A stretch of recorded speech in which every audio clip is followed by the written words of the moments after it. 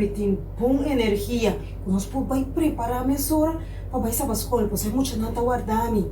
Então, energia e hora que nós dormimos bom assim, nós por fazer tudo nosso trabalho não bom. Hasta por ajudar mami com papi para fazer não trabalho e também corre durante o inteiro dia para só ter bom energia. Que energia aqui vou corda bom bolesna, especialmente lesna de sábado escola.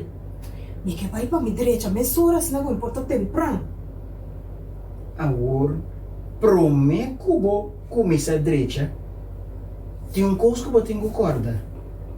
Eu tenho de pôr boa confiança em Deus.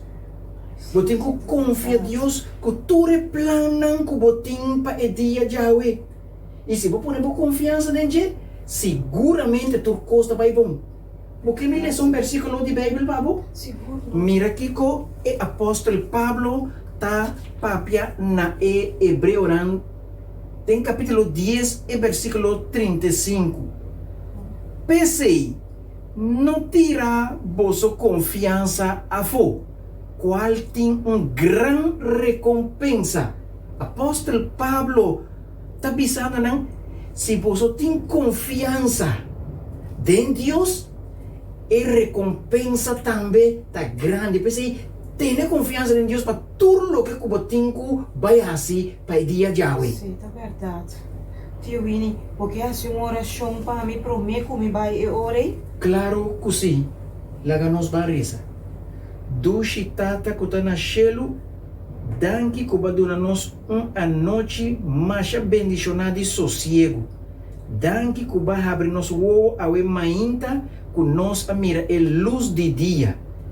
Permitir agora que tudo plano que nós temos para realizar, que nós por depositar nossa confiança em Jesus e Ele ajuda-nos a realizar tudo o plano de dia de hoje.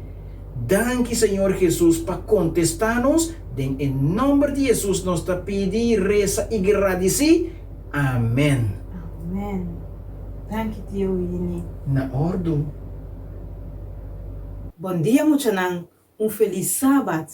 Amanhã está direto contente, dia mais, assim conosco por topa com outro, para meio de gravação aqui, em forma digital, para sobre nós estar na casa, e assim nós por fazer ele agora. Depois de acabar de mirar a parte de saúde que nós estamos tendo, esse man aqui nós a terminar o último dos letras, a letra R e a letra T. Nós estamos com o título, que avisa New Start, comienzo novo.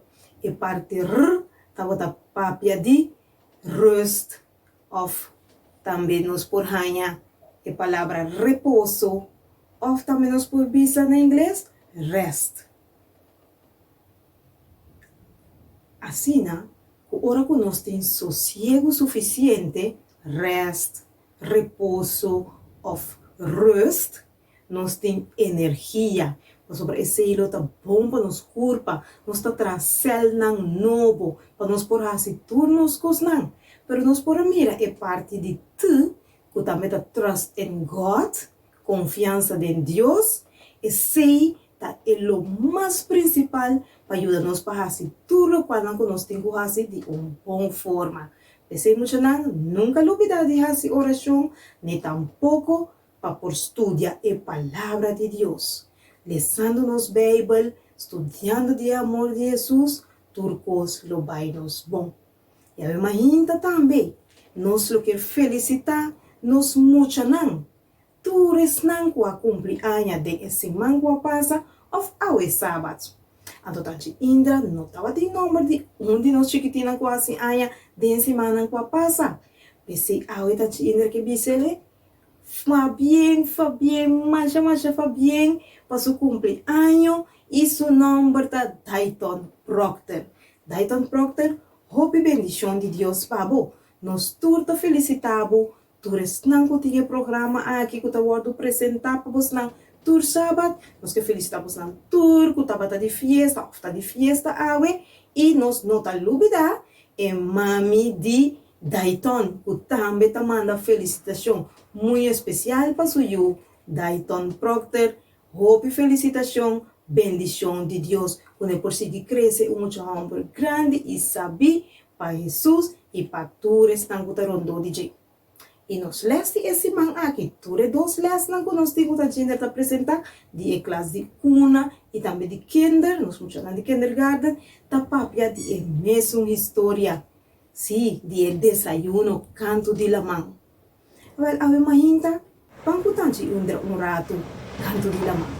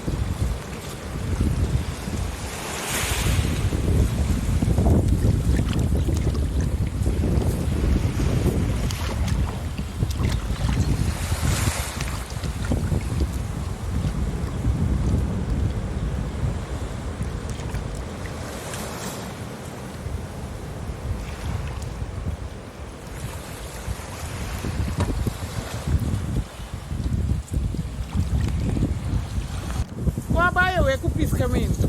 A outra tá quieto. A outra tá quieto, porque eu gosto do nada. Mas um bonito, eu não paro de fone. Nada de Deus. Graças a Deus você. Mes cosco e três piscadonan nos amira canto de la man e kunan abay pisca e nan tabata bini canto back e hala nan boto nan tabati nan tasco tur nan linha nan di pisca e reda sita que da canto de la man si assina e tambe Santiago, Pedro e Juan tambe abay pisca a noite den la man di Galilea. Você não acorda que o versículo de memória tabisa? O versículo de memória de nós chiquitinhos, nós mais chiquitos de classe de cuna, tá queda de book de Efésio, capítulo 4, versículo 32.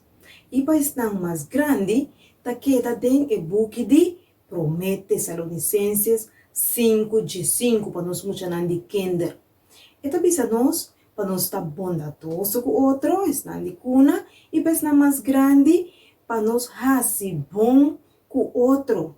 Assim, tanto, que Jesus estava tendo duas surpresas para seu amigo, discípulo. E desayuno, canto de la mão. Esse é o título de Eles.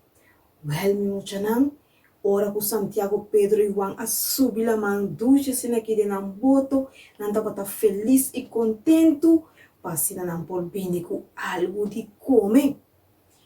Mas não passa inteira e a noite e piscando, pero não por aí nenhum pisca. Ani pisca não adrenta de na reda. E não começa a sonho. Uno estava a dormir, mientras o outro não estava a quedar. Depois o outro estava a dormir, e o sunco estava a dormir, e talanta e tá su turno, su beurt, para tirar a reda. E não tá volve a reda trobe de boto, pero não tem nada de pisca. Noite sucu estava pero nada de pisca de na reda. E agora é solo a começar a sair, mas ainda estava a abrir. Cansa, yang de hamburg, nang adisidi ko mejor nang bay kanto numa. E según ko nang tabatahala ng reda ding eboto, pabini canto de lamang, nang amira un hamburg para canto de lamang. E hamburg aqui avisa nang, el avisa, mi amigo Pedro, pues nang ahanya algo de come, e nang asagudi ka bes ibisa, no, nos no ahanya nada. E hombre e avisa, tira bosoreda e outro banda de eboto. E mesora kunang atira e reda e outro banda de eboto. E reda kumisa sak bayabo, bay masabo, te den profundidade e la man. De como Santa quere. Pasobra e reda tabata llenando yen de pisca. E macha feliz e contento e amigo discípulo nan aqui Pedro, Santiago e Juan abira. Pasobra nan por ahayang hopi pisca. E kiko Santa quere. Mesora Juan avisa e hombre está Jesus. E Pedro e no atarda com mesora la bula baudi e boto. E la bula pa foge boto de la man.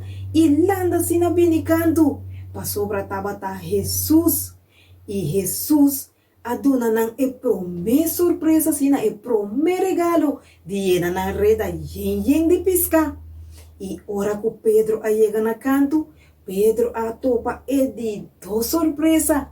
Tabata ku Jesus a preparar candela, clacaba pa guarda e sobranang por bini ku e boto e asina nang por hasa pisca. E tabatim pang tambe, asina nang por a recebi ng desayuno, canto, dilamang, nang ako mendushi junto com Jesus, yan ang barika, e nang porabay kastame ko hopi pisca, yen de pisca, pa e sobra de e família.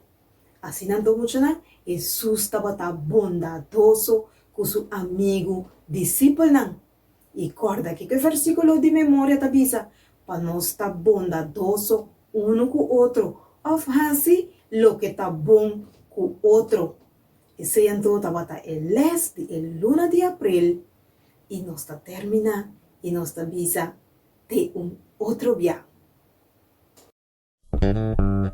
Radio Speranza Corazón. Radio Speranza Corazón. E radio culo cambia tu vida.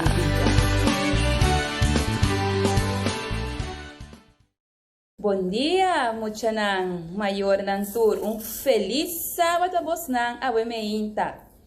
Bosansa? Den Bible tem bonito versículo, tem o book de Salmo e tabisa nos. Lo mi bendicionar, Senhor, den tur tempo. Su alabanza lo está continuamente de mi boca. Salmo 34:1. Pensei Muchanang, awemeinta bang alabanos Dios. Van a hacernos corazón contento alabando nos Creador. Nos promete cantica tabaita. Ta quem abini sabat skol? Ah? Santa mira ta quem abini sabat skol? Van cantele. Ta quem abini sabat skol?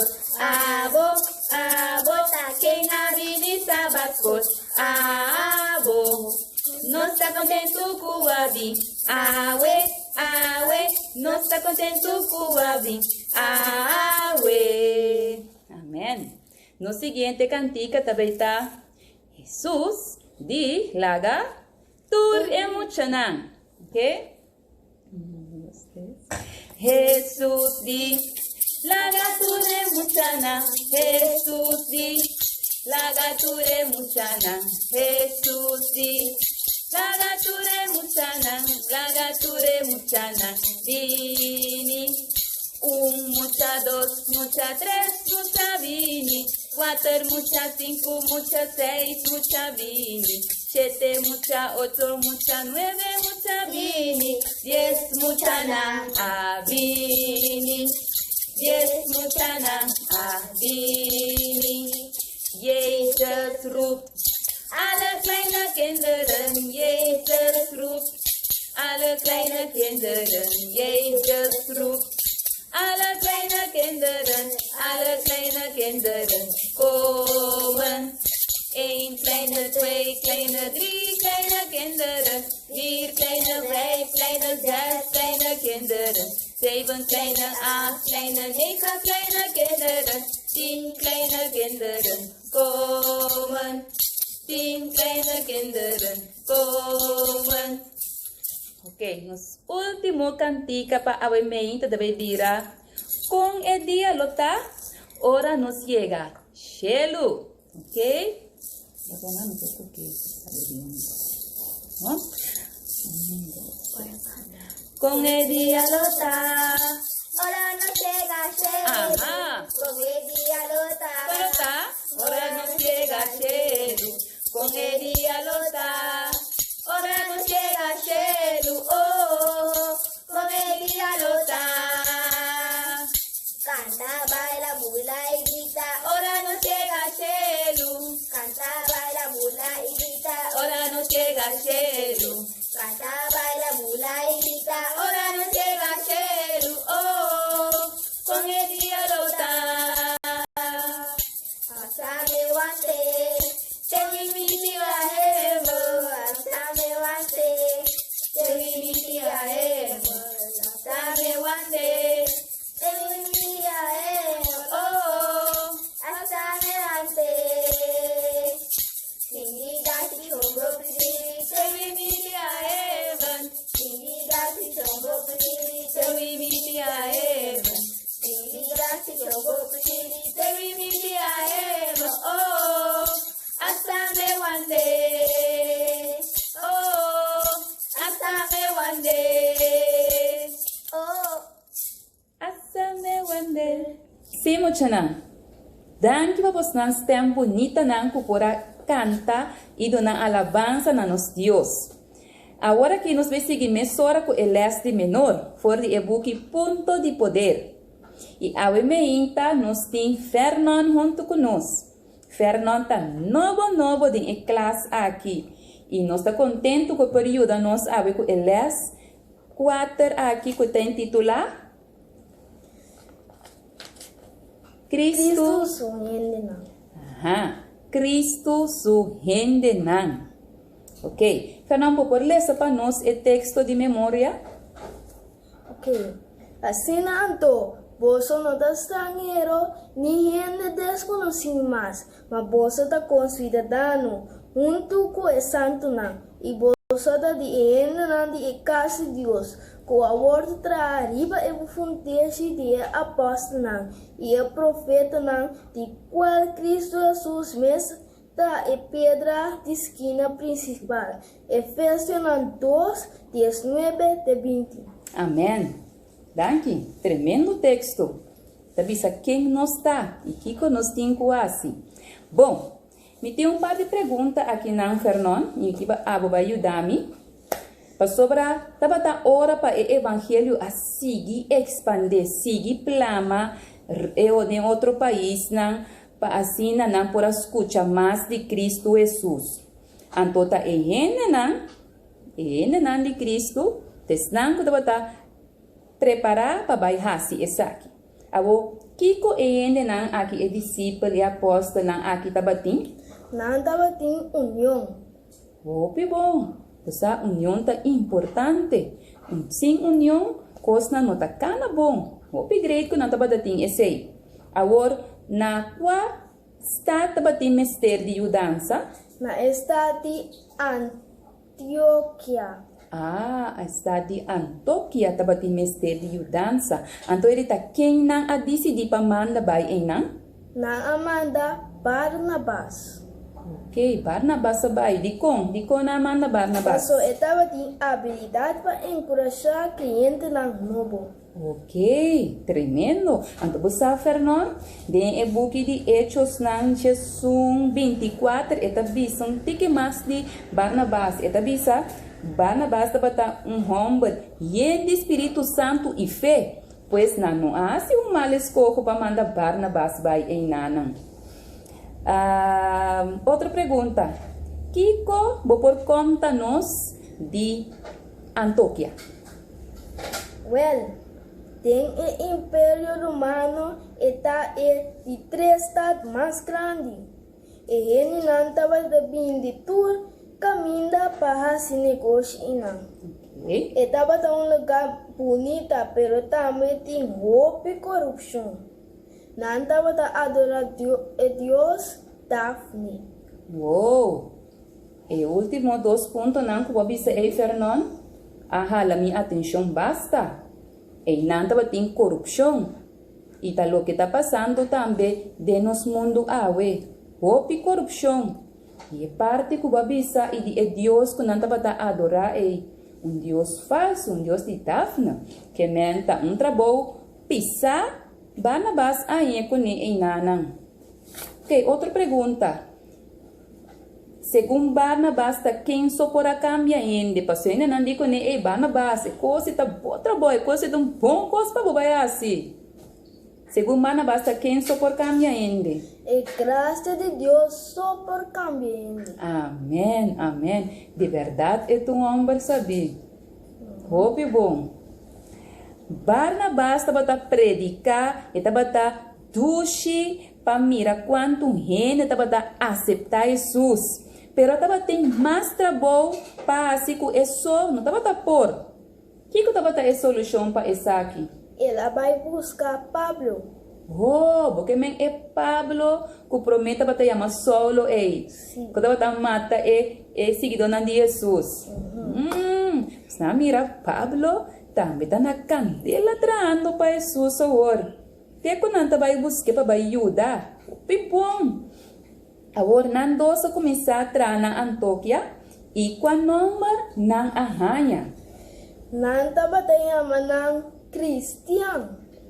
Oh, então isso aqui estava insulto para nós? Não, estava honor para nós. Oh, bom. E esse me está para nós também. Nós não temos vergonha, nem sentimos mal, ora não bisa, chama nós cristianos awe. Passou ni Pablo, ni Barnabas, esse aqui estava coisa malo para nós, pero yes, não estava contento, para sobre esse significa que não seguidor de Jesus, cristiano. Ok, na reunião que não estava tendo, não dos a forma reunião, não chama reunião, o profeta não, o crente não, então tem homem agabo, que ela lanta para Ibiza. Lo vai ter segura na Palestina. Nos amigos na Jerusalém, lo vai passar de tempo muito difícil. Wow! Muito não, moçança? Hoje não? É parte aqui talaga me pensa que de nosso tempo atual, que é coronavírus que está atacando aqui, grande parte do mundo, então tem hope ainda que tem hope difícil. Mas coisas que o que estava passando que é na Jerusalém aqui. Agora, Kiko nang na reunião é a decidir para hasi. Nang a decidir para não tuna ofrenda voluntário para ajudar. E mais tempo, Pablo e Barnabas a salibai e para essa aqui para cliente na Jerusalém. Uau! Hope bom! Você tem bendição de ajuda outro, não? Então, essa é a solução. Eu também. Hope não. Tem maneira não sabia. E você não está mirando. Tem hope ainda não passando. É tempo aqui. Hope difícil. Com hope e dificuldade para comer, para sobreviver. Que conosco por assim? Que com abo por ajuda com ele? Cada crente muito não hope não lota de grande mudança. Laga nossa maneira em gente não aqui. Que ora não amira que dava tem tempo não difícil. Não a pensa ni ni dois via passar caminho e ajuda outro.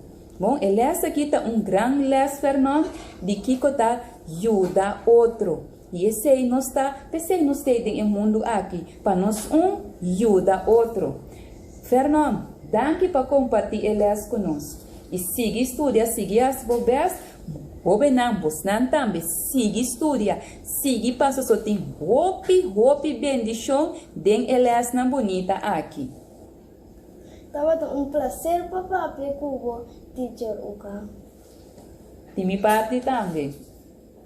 Agora que nós trabalhamos na classe primária e ela avisa na página do mundo e predicar o evangelho natura e criatura.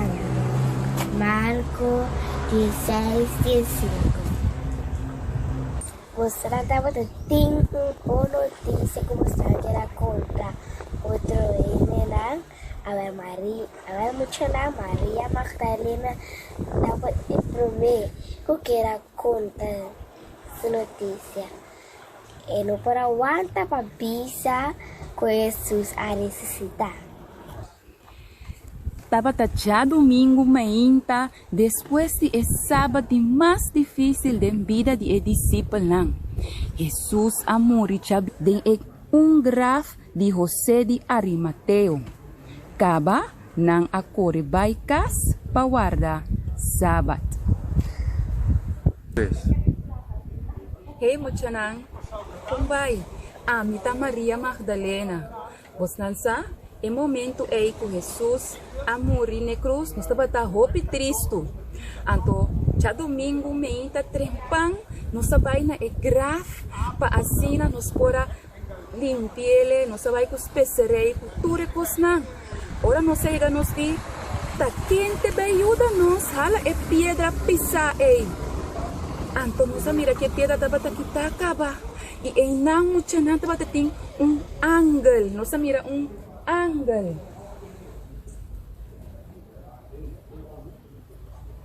E angle aqui aduna-nos bom notícia.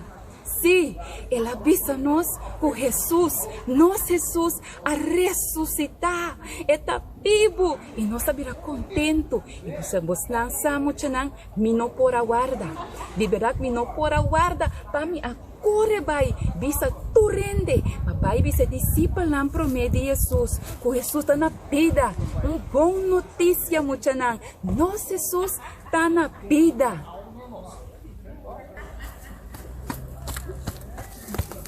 Assim mo siya ng Maria Magdalena, ku gozo sa coração a corebay, pa conte boa notícia, ku Jesus a resucita. Radio Speranza Corazón. Radio Speranza Corazón. E radio culo cambia tu vida.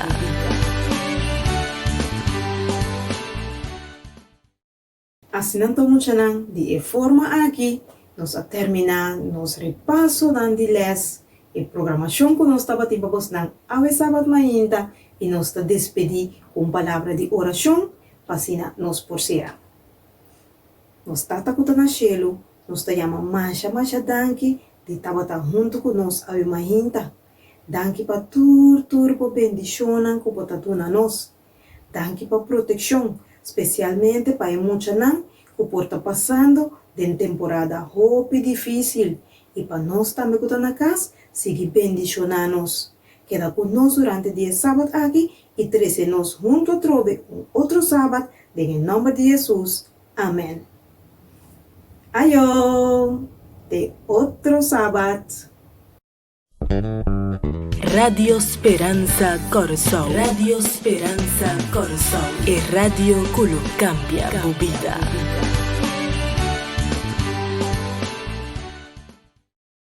Mijn broeders en zusters allemaal, een gezegende Sabbat. Vanochtend zijn we gelukkig en we danken Heere God om ons weer de kans te geven, zodat wij nog een gedeelte van zijn woord kunnen bestuderen. De les van deze week, die we nu een samenvatting van gaan maken, is heel erg belangrijk. Vanaf het moment dat ik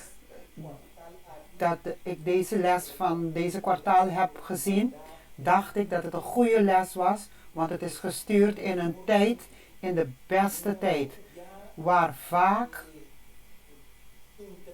de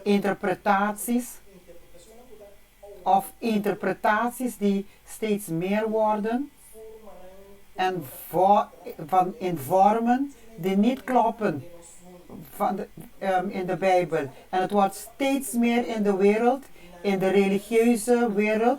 En ieder interpreteert de Bijbel op hun manier. Dus het is heel erg belangrijk voor elkeen van ons om aandacht hieraan te besteden. De titel van de les van deze week zegt: de Bijbel, bron met gezag voor theologie. De Bijbel, bron met gezag voor theologie, met de absolute gezag van onze theologie. Er is niets boven de Bijbel. De Bijbel is wat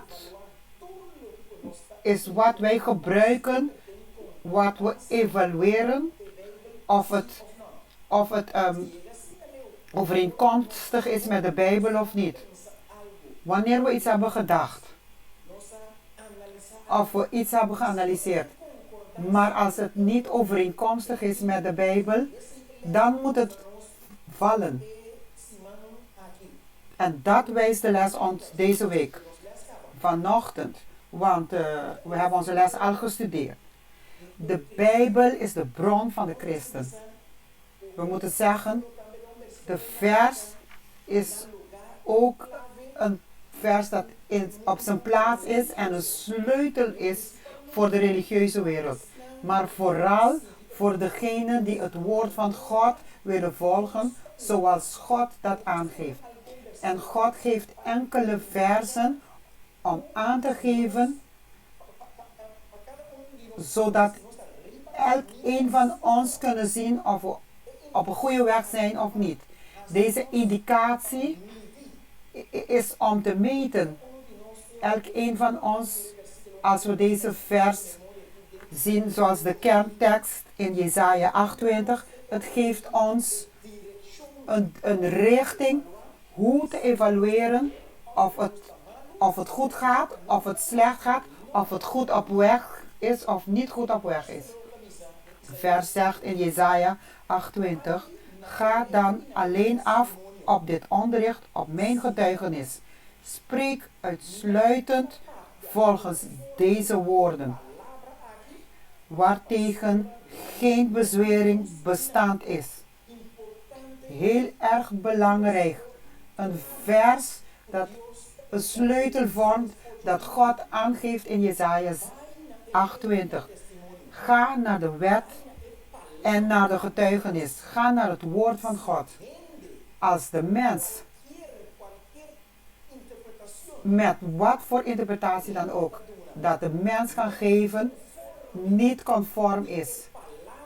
Niet conform is het woord van God of de wet of de getuigenis van God, dan weet je al dat het, omdat er geen licht is in deze mensen in wat ze zeggen. Dus met andere woorden, het is duisternis. Duisternis omringt ze. Want als het half-half is, het ook duisternis. Daarom is deze vers een sleutel voor deze les van deze week. In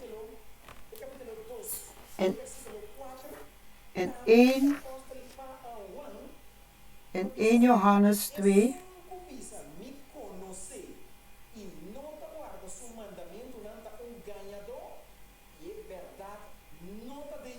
Wie zegt, ik ken hem en zijn geboden niet bewaard is, een leugenaar en in die is de waarheid niet. Maar wie zijn woord bewaart en die is waarlijk de liefde Gods volmaakt.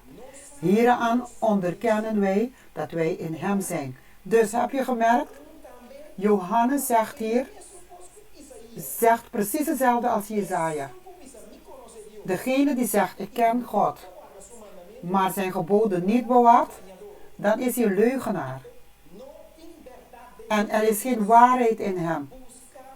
Dus we hoeven niet te ploegen en we moeten niet verder zoeken, iets goed zoeken in zo'n persoon. Wat hij zegt moet overeenkomstig zijn met het woord van God en dan heeft het zin om naar zo'n iemand te luisteren.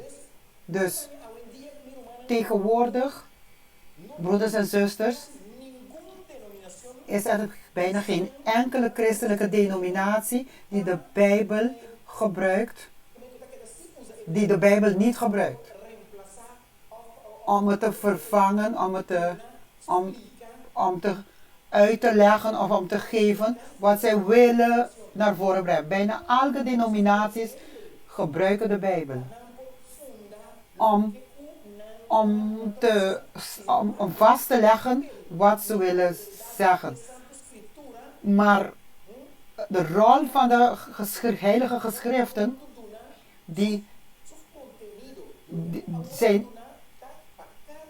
zijn inhoud is gegeven dat elk een die het gebruikt de correcte theologie krijgt van wat God aan ons wil, elk van ons wil overgeven. Ik moet u zeggen, broeders en zusters, de les zegt, er zijn zeker 5 factoren of bronnen. Zijn 5 bronnen die ons beïnvloeden, die ons vorm van interpretatie beïnvloeden, van de interpretatie van de geschriften beïnvloeden. En deze factoren, of deze 5 bronnen, de eerste is, dat is traditie. De tweede is ervaring. De derde is cultuur. De vierde is de beredenering. En de vierde is de Bijbel zelf. Laten we beginnen met traditie. Traditie, mijn broeders en zusters, kennen we allemaal. Het is niet zo dat vanzelfsprekend traditie slecht is. Traditie op zich is niet slecht. Traditie, vaak, het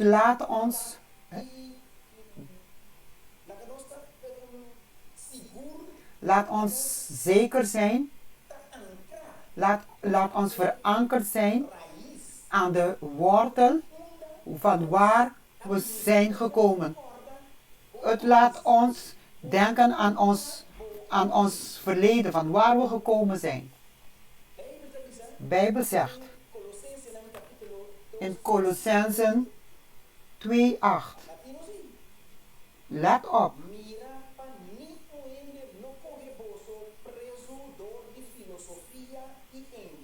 Zie toe dat niemand u medeslepen door zijn wijsbegeerte en door ijdel bedrog in overstemming met de overlevering der mensen, met de wereldgeesten en niet met Christus.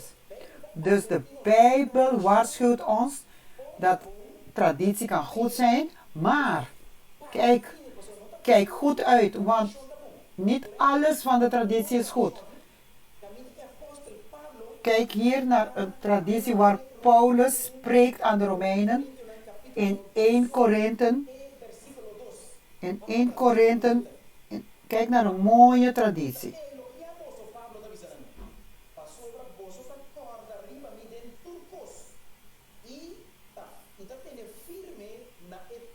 Ik prijs het nu dat gij in alles aan mij gedachtig blijft en aan de overlevering zo vasthoudt als ik ze u overgegeven heb. Hier geeft Paulus een compliment aan de traditie van de Romeinen. Dat ze standvastig blijven houden aan wat Paulus hun geleerd heeft. Dat is een traditie. Maar in 2 Thessalonicenzen 3 vers 6 zegt: maar wij bevelen u, broeders, in de naam van de Heer Jezus Christus, dat gij u onttrekt aan elke broeder die zich ongeregeld gedraagt, in strijd met de overlevering die gij van ons ontvangen hebt.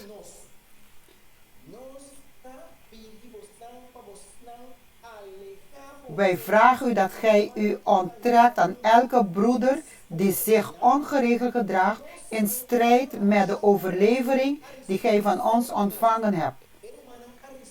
Dus deze broeders hebben overlevering, in dit geval is traditie, hebben ze ontvangen van apostel Paulus. Ze hebben de correcte vorm gekregen hoe de dingen van God te doen. Paulus zegt, behoud deze traditie. Nu,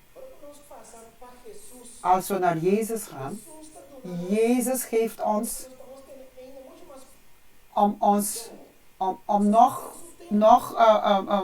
nog meer te waken. Want in de tijd van Jezus kwamen ze bij Jezus. In Marcus kunnen we lezen.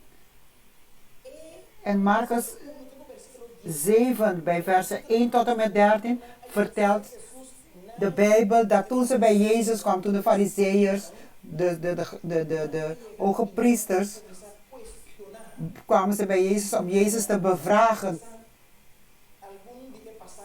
En ze zeiden, laten we lezen een paar van de versen. En ze begonnen te klagen dat de discipelen brood aten zonder hun handen te wassen. Want de fariseërs en degene die schreven, zij voldeden aan de traditie van de ouderlingen. Dus de ouderlingen deden dit en ze gingen door met het te doen, omdat het handen wassen was het heel hygiënisch. Het handen wassen was heel belangrijk. Maar het ging niet om de hygiëne. Voor de fariseërs ging het om de traditie dat hun voorouders hen heeft geleerd. En in vers 4 staat: en van de markt komende eten zij niet dan na zich gereinigd te hebben, en vele andere dingen zijn er waaraan zij zich volgens overlevering houden, bijvoorbeeld het onderdompelen van bekers en kannen en koperwerk. En vers 5 zegt: toen vroegen de fariseërs en schriftgeleerden hem: waarom wandelen uw discipelen niet naar de overleveringen der ouden? Dus ze vragen dan Jezus: waarom lopen ze niet volgens traditie van de ouden en ze eten onrein brood? Hun vragen waren niet zoveel gericht. Laten we het anders zeggen. Hun vraag was eigenlijk om Jezus te bevragen, om de handelingen van Jezus, dat ze hun handen niet wassen, te bevragen, zodat ze Jezus konden pakken. Ze zochten Jezus op alle manieren om hen in een val te vinden. Waarom wasten de discipelen hun handen zoals traditie? Zoals de tradities van de ouden. En toen zei Jezus tegen hen: terecht heeft Jesaja van u huichelaars geprofeteerd, zoals er geschreven staat: dit volk eert mij met de lippen, maar hun hart is verre van mij. Hun hart is verre van mij. En het blijft zeggen: te vergeefs eren zij mij, omdat zij leringen leren die geboden van mensen zijn. Gij verwaarloost het gebod Gods en houdt u aan de overlevering der mensen. En merkt u, zoals ik u zeg, het ging niet om de hygiëne, maar het ging meer, de nadruk ligt dat je moet je houden aan de tradities van de ouden. Maar Jezus zegt: jullie houden zich aan tradities van de ouden. Dat is het meest belangrijkste, primair voor jullie, terwijl wat God heeft gezegd, jullie verwaarlozen het. Jullie verwaarlozen de wetten van de God die schepper is van hemel en aarde. En de tradities van de ouden, die mensen zijn, die dodelijke mensen zijn, die houden jullie meer in rekening dan mijn woord. En kunt u zien hoe ver traditie kan zien? Hier hebben ze traditie boven het woord van God gezet. En in vers 9 staat ook: en zeide tot hen: het gebod God stelt gij wel vrij buiten werking om uw overlevering in stand te houden. Dat traditie op een niveau komt dat het boven het woord van God komt, dan is het, broeder, totaal verkeerd. Wij tegenwoordig veel tradities van onze ouden houden we vast. Maar we moeten dit evalueren door het te toetsen aan het woord van God. Want bijvoorbeeld bijgeloof. Maar als het bijgeloof, deze tradities, deze dingen die we onze ouderen hebben zien doen, en we doen het ook zonder te vragen waar het vandaan komt, en evalueer dit en te toetsen aan de Bijbel, aan het woord van God, het laatste woord. Als we dit niet doen, dan zitten we in deze gewoonte. En uiteindelijk, dan kan God God tegen jou, je zet de traditie vooruit en het woord zelf heb je ernaast gelegd. En de Bijbel zegt, zet het wet van God voor. Nee, dus men heeft de traditie voorgezegd en het woord van God opzij. Welke traditie hebt u dat klopt met het woord van God? Laten we iets naar voren gaan. Want ze wilden dat de kinderen hun ouders, hun moeder en vader eren, zoals de Bijbel zegt. Maar ze hebben dingen erbij gezegd. Ze hebben dingen bij de wet van God gezet door te zeggen, kijk mijn kind, beter ga je in de tempel leven. Dan word je in de tempel overgeleverd. Maar als het kind in de tempel zit, dan kan hij zijn vader en moeder thuis niet eren. En God zegt, het kind moet thuis zijn met de ouders. Maar zij hebben hun traditie erbij gezegd, beter geven we het over aan de tempel, beter gaat hij daar wonen. En dat is een traditie dat God niet over heeft gesproken. Daarna gaan we door naar dat gedeelte van ervaring. We hebben een traditie gezien en we hebben de principe gezegd. Als de traditie, nou ervaring is iets, is niet slecht. Overeenkomstig is met het woord van God. Romeinen 2:4 zegt, overacht gij de rijkdom van zijn goedertierenheid, verdraagzaamheid en langmoedigheid, en beseft gij niet dat de goedertierenheid Gods u tot boetvaardigheid leidt?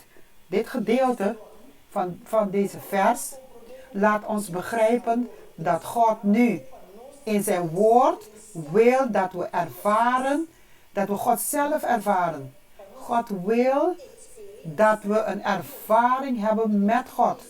En we moeten dan tijd doorbrengen met God om ervaring met God te krijgen. We moeten de rijkdommen van zijn liefde en van zijn geduld niet onderwaarderen. Dit zijn allemaal ervaringen dat God, die hij aan ons heeft gegeven, zodat we tijd kunnen doorbrengen met hem, zodat we kunnen zeggen, we hadden een goede ervaring met God. Ik heb een goede ervaring met God, want ik heb zijn liefde, zijn tolerantie en zijn geduld ervaren. Want het geduld, de tolerantie van God, brengt ons tot een bekering. In Psalmen 34, 8. In Psalmen 34, 8 brengt ons als we smaakt en ziet dat de Heer goed is, welzalig de man die hem schuilt. Het vraagt, smaakt, u moet zelf proeven. Iemand kan voor jou proeven om te weten of het lekker of bitter is. Maar jij moet het zelf proeven. En in het geval van God, elk een van ons hebben het voorrecht om voor onszelf te proeven, om ervaring te krijgen of God goed is, ja of nee. En we kunnen direct zeggen, God is altijd goed. Welzalig de man die bij hem schuilt. Wanneer wij geproefd hebben, God geproefd hebben, en we weten dat God goed is, en dan is dat de weg om in hem te schuilen. Wat is er slecht in ervaring? Wat slecht zit er in ervaring? Hetzelfde dat God ons ervaart om met hem door te brengen en hem te ervaren. Maar er zijn ook slechte dingen. Er zijn ook slechte ervaringen. Kijk naar deze vers. Ziet u, is niet een goede ervaring. We vinden het in Leviticus 19.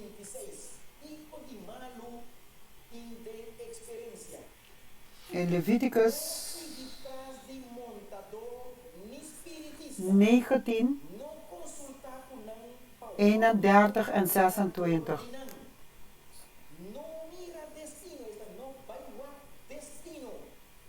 Gij zult u niet wenden tot de geesten van doden of tot waarzeggende geesten. Gij zult hen niet zoeken om u met hen te verontreinigen. Ik ben de Heere uw God. Er zijn mensen die hiermee zijn gaan experimenteren.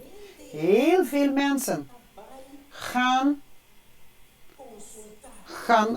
een consult houden met spiritisten. Er zijn heel veel mensen die willen hun toekomst weten. Ze gaan handen lezen, ze gaan kaarten lezen, ze gaan in een kristallen bol. Hoe staat het met mijn toekomst? Enkelen zeggen, het gaat goed. Hij zegt alles. Ik heb een heel goede ervaring mee gehad, mijn broeders en zusters. Dit is een ervaring dat God van tevoren heeft gezegd. Als zaken zijn satanische zaken. Je krijgt dan een ervaring hoe de Satan is. Als je met de vijand een consult gaat houden, dan kan hij voor even iets goeds doen. Maar daarna komt hij terug voor jou.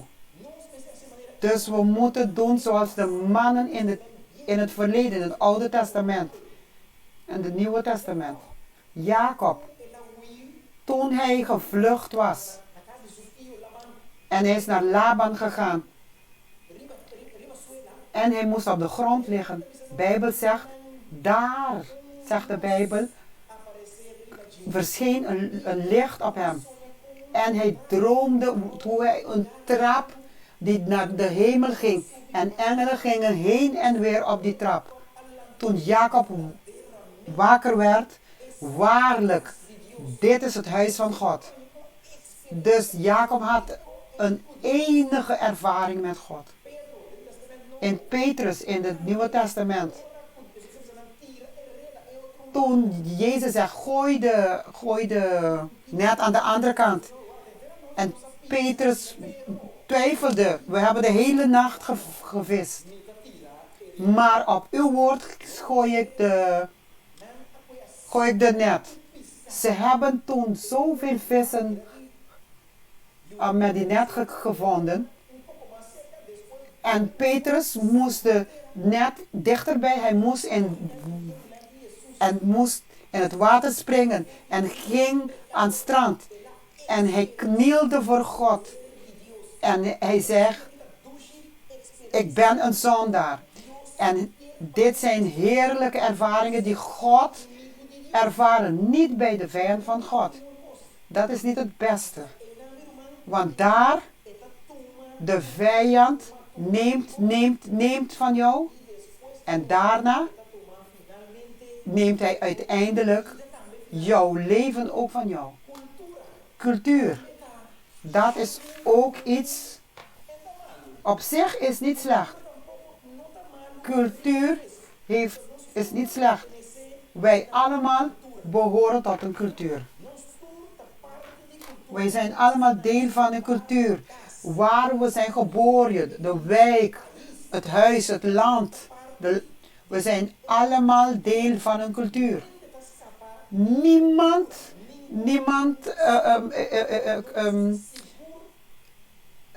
kan zich scheiden van cultuur. Al naar gelang we ouder worden, kunnen we onze ouderen zien wat ze doen, hoe ze zich gedragen, hoe ze praten. En dit alles vaak groeien we op in dezelfde richting als onze ouderen. Er was een keer, heb ik een verhaal gehoord waar gezegd werd, er waren kleine huisjes die gebouwd waren En deze stam, de deur van deze huisje was heel kort en klein. Dus je moest bukken, zodat je je hoofd niet in de kozijn zou stoten om naar binnen te kunnen gaan. Dus je moest je hoofd buigen om naar buiten te komen. Maar er kwam een tijd, deze man, hoofd te buigen om binnen te gaan. Ze bleef op. En lette op dat al de mensen kort waren. Want iedereen die in het huis gingen, moesten zakken om naar binnen en naar buiten te gaan. En hij besloot te vragen, waarom bukken jullie om naar binnen of naar buiten te gaan? En toen een van de kinderen legde uit, want altijd deed onze vader, buigde om naar binnen te gaan en buigde om naar buiten te komen. En dat zijn we gewend om te doen. Daar kun je dan letten dat wij dat cultuur van onze ouders overnemen en dit een traditie maken. Onze ervaring maken die geen basis heeft. In 1 Johannes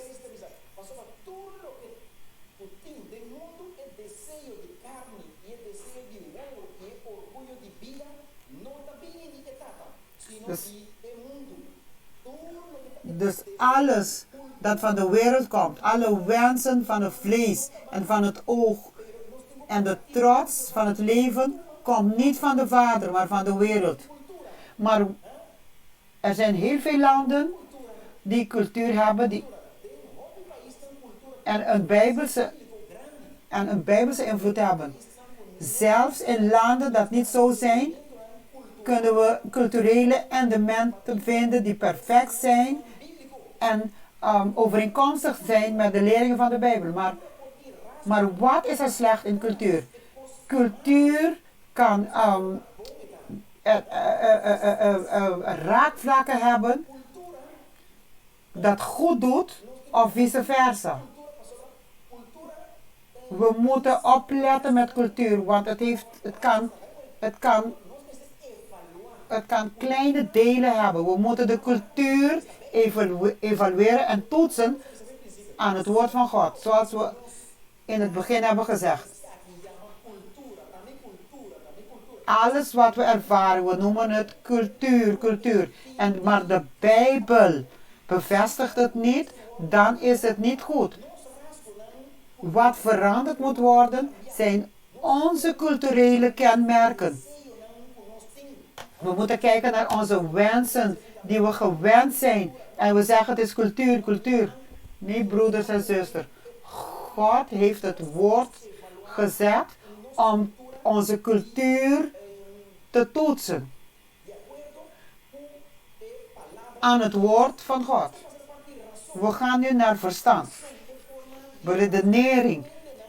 Hoe mensen hun beredenering gebruiken en conclusie trekken uit een beredenering. Als een beredenering dit heeft gezegd, dan gaan ze achter een beredenering. In 2 Korinthen 10:5. Zodat wij de redenering en elke schans die opgeworpen wordt tegen de kennis van God slechten. Elk bedenksel als krijgsgevangenen brengen onder de gehoorzaamheid aan Christus. Dus onze beredenering, onze kennis die we hebben, onze ervaringen die we hebben en onze cultuur die we hebben. Al deze dingen moeten onderdanig zijn aan Jezus Christus. Als we dit onderdanig leren, want het woord van God is boven wat ik beredeneerd heb. Want de conclusie die ik aan ben gekomen is verkeerd. Want het woord van God heeft meer macht boven onze tradities, onze cultuur, ervaringen en beredenering. Want er staat geschreven, altijd zal ik klaar zijn om te herinneren over deze dingen. Want jullie weten al van deze dingen. Johannes 16:8 staat. En wanneer hij komt en hij praat, en wanneer hij komt, hij zal de wereld overtuigen van zonden en gerechtigheid en rechtvaardigheid en oordeel. Dus de Heilige Geest is de sleutel van de Bijbel. Hij is degene, de Heilige Geest heeft de auteurs geïnspireerd. De Heilige Geest kan ons overtuigen wat goed of slecht is. De Heilige Geest is degene die de mens overtuigt over het oordeel. Als de beredenering dit zegt en de Geest iets anders zegt, dan heeft de Heilige Geest de maximum autoriteit over jouw beredenering. Want de vrees van God is het begin van kennis. Het begin van wijsheid. En kennis van degene die heilig is begrip. Wat is er slecht in de beredenering? Het is heel gevaarlijk om te denken dat onze beredenering allesomvattend is. Als we de dingen niet accepteren wat we niet begrijpen, dan weigeren we de dingen die bovennatuurlijk zijn. En dan scheiden we ons af van de God die ons verlossing en eeuwig leven kan geven. Er was een tijd waar de beredenering het meest belangrijkste was. De mens begon te beredeneren. En ze hebben de beredenering, het verstand, hun God gemaakt. Als mijn verstand zegt het is slecht, ook al zegt de Bijbel anders. Alles wat de gedachten, wat de verstand beredeneert, moeten we evalueren aan het woord van God. Want het woord staat boven onze verstand. Ik herinner me een tijd over een president van de Verenigde Staten, Thomas Jefferson. Hij dacht dat zijn beredenering boven God stond.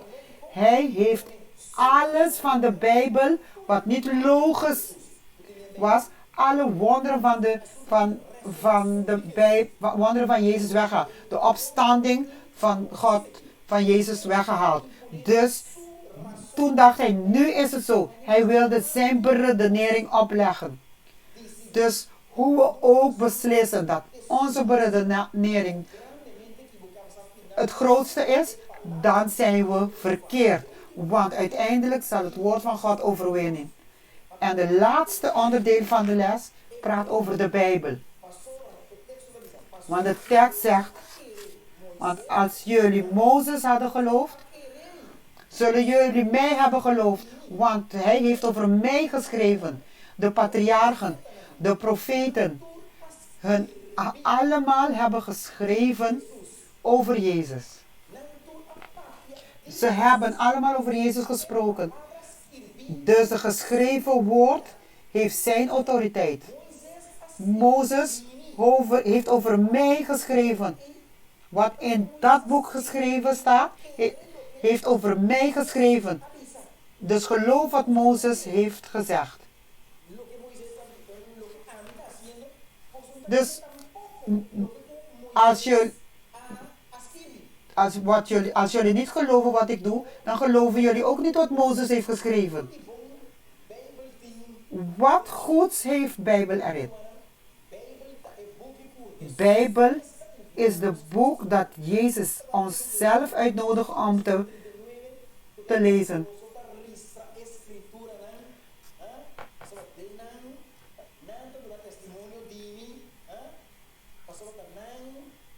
Johannes 5:39. Jezus nodigt ons uit dat we de geschriften bestuderen Hij stuurt ons steeds terug naar de geschriften. Dat de mens tegen ons zegt, dit zegt en dat zegt. Evalueer het direct aan het woord van God. Bijbel is de geïnspireerde woord van God. En goed is voor de lering. 2 Timotheus. Dus het woord staat boven alle tradities, ervaringen en verstand. Alles moet dan geëvalueerd worden en geanalyseerd worden door de Bijbel. Als we alles hebben geëvalueerd door middel van het woord van God, dan kunnen we zien wat de waarheid is en wat onwaarheid is. Wat is er slecht in de Bijbel? Niets. Er is absoluut niets slechts in de Bijbel. De Bijbel kan schrijven over de slechte dingen die plaatsvinden. Maar dat de Bijbel iets verkeerds in heeft, altijd als we toelaten dat we geleid worden in zijn studie door hemzelf, door de Heilige Geest. Als de Heilige Geest ons leidt op het pad, als hij ons leidt in het woord van God, als hij ons leidt hij ons op de correcte weg. Want hij is de auteur. Want hij is degene, hij is onze trooster, onze raadsman. De Heilige Geest zal ons nooit leiden naar een waarheid of naar een begrip aan iets dat hij zelf in de Bijbel heeft geopenbaard. Mensen zeggen, God heeft mij gisteren gezegd dat ik die en die moet gaan in elkaar gaan slaan. Als God gezegd heeft, houd van uw naaste zoals uzelf, kan God jou niet zeggen om die en die te gaan slaan. Alles wat we denken, alles wat we willen doen, de Heilige Schrift is daar om het eraan te toetsen. Nooit zal de Heilige Geest jou zeggen, iets anders zeggen dat hij zelf in de geschriften heeft gezegd. Dus God is consistent in wat hij zegt. Jezus Christus blijft hetzelfde gisteren, vandaag, morgen en voor altijd. Hij verandert niet. En uiteindelijk wil ik met dit onderdeel eindigen dat van de geïnspireerde pen komt. We moeten niet toelaten dat geen enkele menselijke argument ons afwijkt van de complete onderzoek van de Bijbelse waarheid. De opinie en de gewoontes van mensen moeten niet ontvangen worden alsof het een heilige autoriteit is. God heeft geopenbaard in zijn woord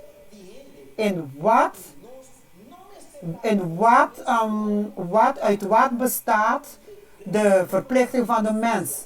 En wij moeten niet toelaten om apart gelegd te worden voor de grote normen van gerechtvaardigheid. En hij heeft opdracht gegeven dat zijn enige kind, dat hij een voorbeeld is voor ons. En hij nodigt ons uit om naar hem te luisteren en te volgen. De Heilige Geest is de ene die elk een van ons helpt om op weg te blijven. Laat het niet toe dat slechte argumenten ons afwijken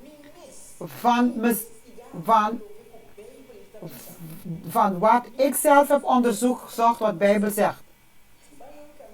Als je een weg hebt gevonden dat zegt, herinner de Sabbatdag en om het te heiligen, en je vindt ergens anders in een andere Bijbel om een andere dag te houden en het heilig. God is consistent. Het woord van God blijft vandaag, morgen en tot in de eeuwigheid hetzelfde. Dus de les van deze week is een les dat we moeten aan vastklampen. Want er zullen dagen komen, er zullen tijden komen waar mensen zullen proberen om de heilige geschriften te veranderen, om het te accommoderen aan hun stijl. Maar hoe mensen ook proberen om het te veranderen, of het opnieuw te tekenen op hun manier, maar bij God blijft het woord van God voor altijd. De hemel en de aarde zullen voorbij gaan, maar mijn woord zal nooit veranderen. Uw woord is een lamp voor mijn voet en een licht op mijn pad. Dat de Heer ons mag zegenen, dat wat dan ook nu of in de toekomst mag gebeuren, dat we geankerd blijven aan het woord. God zegen elkeen van onze broeders en zusters vanochtend. Broeders en zusters, na deze les hebben we bestudeerd. Het is goed om in gebed te eindigen, zodat God ons kan leiden. Heere God, dank u voor de les van deze Sabbatschool. Om ons te leren dat uw woord autoriteit heeft. Dank u, Heere God, dat uw woord ja is en het nee is. En het leert ons om de geschriften te bestuderen. Laat het toe dat elkeen van ons, dat de Bijbel centraal is in ons levens. En dat onze cultuur, onze tradities, onze ervaringen en onze verstand allemaal laten vallen als het niet volgens uw woord is. En laat we ons vastklampen aan de cultuur van de hemel. Dank u om naar ons te luisteren. Leer elkeen van ons om uw woord te onderzoeken, zodat we de hemelse waarheden kunnen ontdekken. In de naam van Jezus Christus, amen. Broeders en zusters, een goede dag toegewenst en tot volgende week. In Gods naam.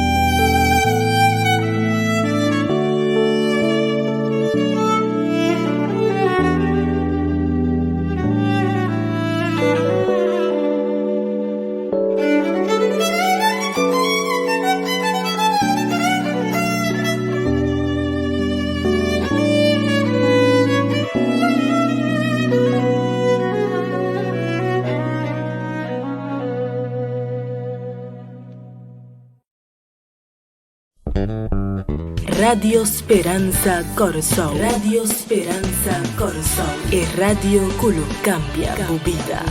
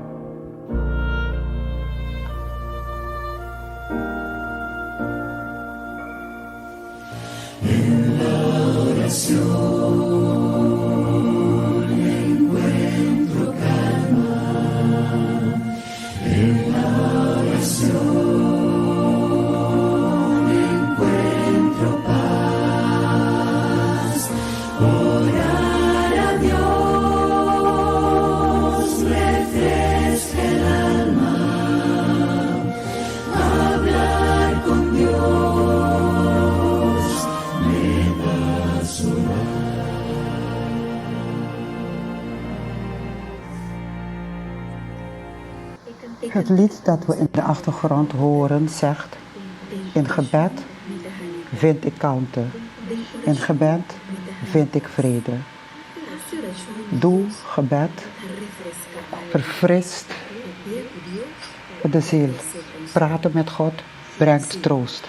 Ja, gebed is een sleutel die we hebben 24/7. 24 uren per dag en 7 dagen per week. Een instrument voor alle situaties. Maar niet altijd maken we hiervan gebruik. En daarom verliezen we onze kalmte, onze rust en onze zielen worden droog en wanhopig. Misschien bent u door een situatie gegaan dat zo vervelend was, dat u bent blijven draaien, proberen een oplossing hiervoor te vinden. Tot het punt dat je vergeet om op je knieën te gaan om te bidden. En daarna dat de situatie uit handen is gelopen, daar wil je dan gaan bidden. De Bijbel raadt ons aan net het tegenovergestelde van wat we doen. In het boek van Filippenzen 4:6 zegt het volgende: wees in geen ding bezorgd, maar laten bij alles uw wensen door gebed en smeking. Maar dit doen we niet. En in smeking met dankzeggen bekend worden bij God. Met deze teksten in onze gedachten laten we onze ogen dicht doen en onze gebed voor God presenteren. Heren, wij gaan in het midden van een moeilijke situatie deze dagen. U kent ons hart en vaak investeren we in prioriteiten van ons leven. En daarom zijn we angstig, zijn we gestrest en bezorgd met hoe we dit kunnen oplossen, terwijl we gebed tot het laatste laten. Maar vandaag herkennen we onze fouten en we vragen voor vergiffenis. Maar ook willen wij u danken dat u ons beschermt, dat u voor ons zorgt en bevrijdt ons van deze ziekte. Zegen degene die de boodschap van vandaag heeft gekozen en alle mensen die deze boodschap zullen ontvangen. In de naam van Jezus Christus. Amen.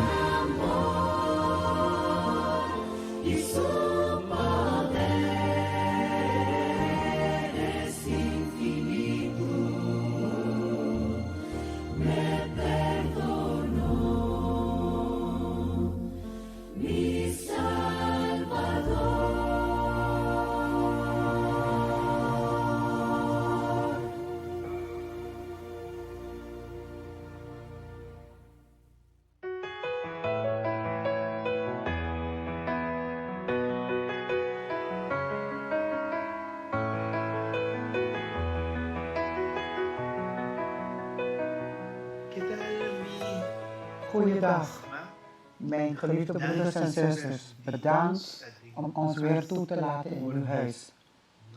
Vanuit ons huis, zodat wij u kunnen presenteren het thema van vanochtend.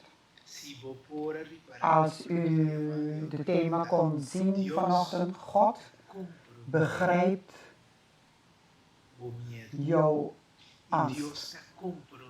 God begrijpt Mijn angst ook. Porque nós vivemos Wij leven in een situatie difícil. vrijwel moeilijk de laatste El tijd. dia não Deze dagen dat ik kon mijn mijn activiteiten kon doen door naar de supermarkt te gaan, etc. Er is een angst zelfs om elkaar te groeten. Weet u, hoe gaat het?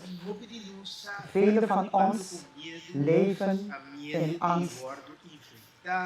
Angst om geïnfecteerd te worden, bang voor de situatie die in de toekomst komt, bang voor in alle facetten, bang om panisch te zijn, om niet ziek te worden op dit moment. Er zijn mensen die bang zijn om uit huis te gaan. Dus uit huis gaan is al gevaarlijk geworden. Als je terugkomt, wat gebeurt. Er zijn enkele van ons die bang zijn dat hierna, wat nu? Wat zal het zijn? Hoe zal het worden? De wereld zal veranderen, dat is zeker, maar hoe gaat het veranderen? Dit alles zijn dingen die we op een bepaald moment over denken. Is bang zijn slecht? Heeft God een probleem met bang zijn? Maar onze titel zegt dat God begrijpt dat we bang zijn. Maar voordat we dit alles kunnen zien vanuit de context van het woord van God, laten we even weten dat bang zijn ons beïnvloedt, dat het invloed heeft op onze mentale gezondheid. Ik wil vanochtend mijn echtgenoot uitnodigen, die een klinisch psycholoog is, die ons kan uitleggen hoe onze mentale gezondheid functioneert en hoe het gerelateerd is aan bang zijn. En zij zal dit presenteren aan jou. En daarna gaan we het bekijken vanuit het perspectief van de Bijbel.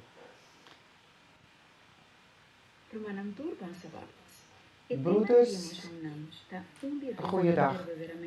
Deze thema van deze emotie van bang is een belangrijke thema in deze thema van corona.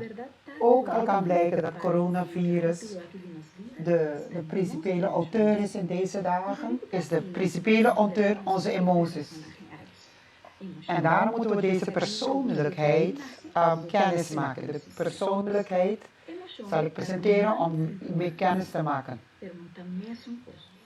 De persoonlijkheid is broer van onze emotie, is zus van onze gevoelens, maar het is niet hetzelfde. Emoties gaan sneller.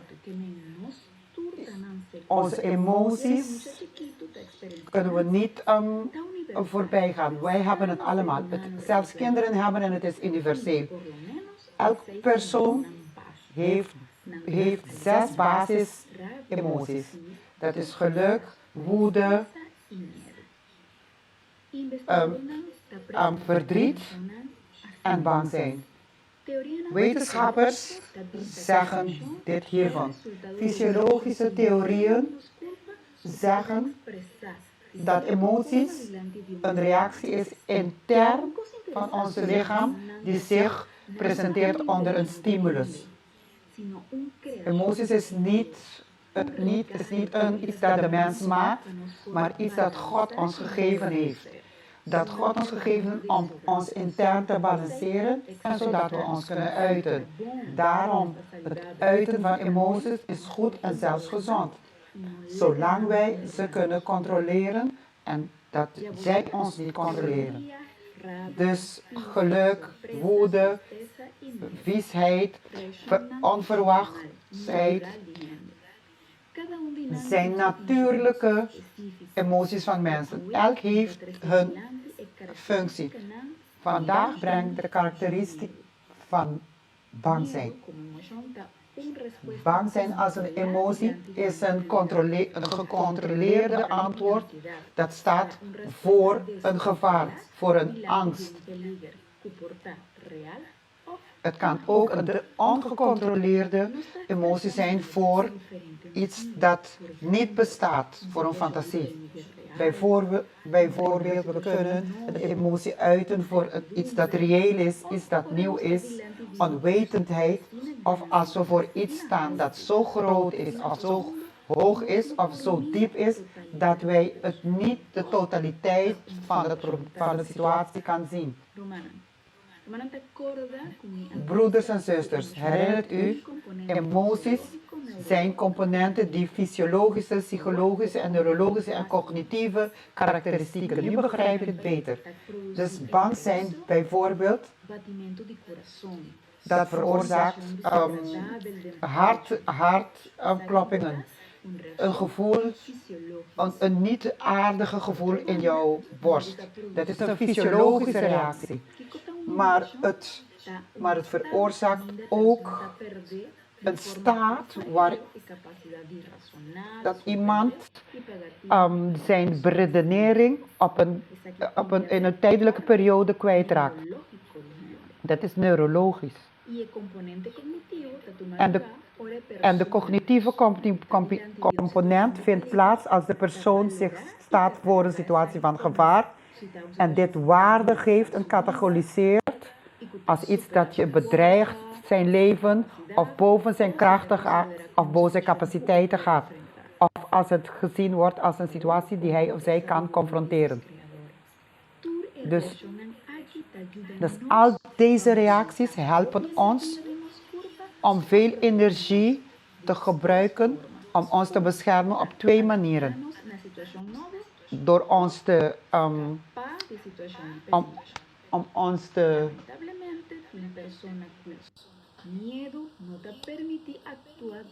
het kan gebeuren dat mensen zich niet kunnen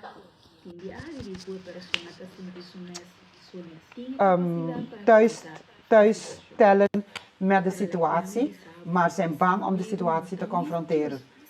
Maar bang zijn is niet een excuus om vooruit te komen in het leven. Bijvoorbeeld de woorden van David in Psalm 56:3. Als ik bang ben, zal ik u vertrouwen. David was bang, maar hij heeft een optie. Is om in God te vertrouwen, zodat hij zijn angst opzij kon zetten. En uiteindelijk wil ik u met deze zin achterlaten. Als je bang bent, doe het. En als je bang bent, doe het ook. Dus dit is de uitleg dat we hebben gekregen in verband met bang zijn. En hoe het onze geestelijke gezondheid kan beïnvloeden. Laten we even bidden voordat we het woord van God gaan bestuderen. Eeuwige Vader, vanochtend bedanken wij u dat u ons toelaat om uw woord te bestuderen. In uw woord vinden we troost, kracht en wijsheid om situaties te confronteren die moeilijk zijn, die te maken hebben met ons geestelijke welzijn. En ook onze manier hoe we handelen op deze planeet aarde. Blijf met ons en zegen ons gedurende deze studie. Amen. Om te beginnen vanochtend, laten we gaan in het boek van Richteren 7, vers 9 en 10. Richteren 7, 9 en 10. En als u goed hebt gezien in de titel van deze thema, God begrijpt jouw bang zijn. En je kan het zien bij Gedeon, want vanochtend gaan we praten over Gedeon. Een man die bang was, maar hoe God hem gebruikt heeft om hem te bevrijden van zijn bang zijn. En hoe God hem had gebruikt, ondanks het feit dat hij bang was. De Bijbel zegt in Richteren 7, 9 en 10. In die nacht zeide de Heer tot hem: sta op, val de legerplaats binnen, want ik heb die in uw macht gegeven. Indien gij echter bevreesd zijt om die binnen te vallen, daal dan met uw dienaar Pura af naar de legerplaats. Er is een heel belangrijk woord in deze tekst. Gideon, zegt de Bijbel, want de Bijbel praat over Gideon. God heeft hem gezegd, dat je bang bent. Als God dat zegt, is het omdat hij weet. God zei, als je bang bent, dan blijf rustig. Je hoeft niet alleen te gaan. Maar om te begrijpen, om de hele Bijbelse verhaal te begrijpen, die heel emotioneel is het goed om naar de context te kijken. Wat is er gebeurd? Waarom zei God deze woorden? En om dit te begrijpen, om deze context te begrijpen, moeten we naar Richteren 6:12 gaan, tot en met 14. En hier zegt het woord van God ons: de engel des Heren verscheen hem en zeide tot hem: de Heere is met u, gij dappere held.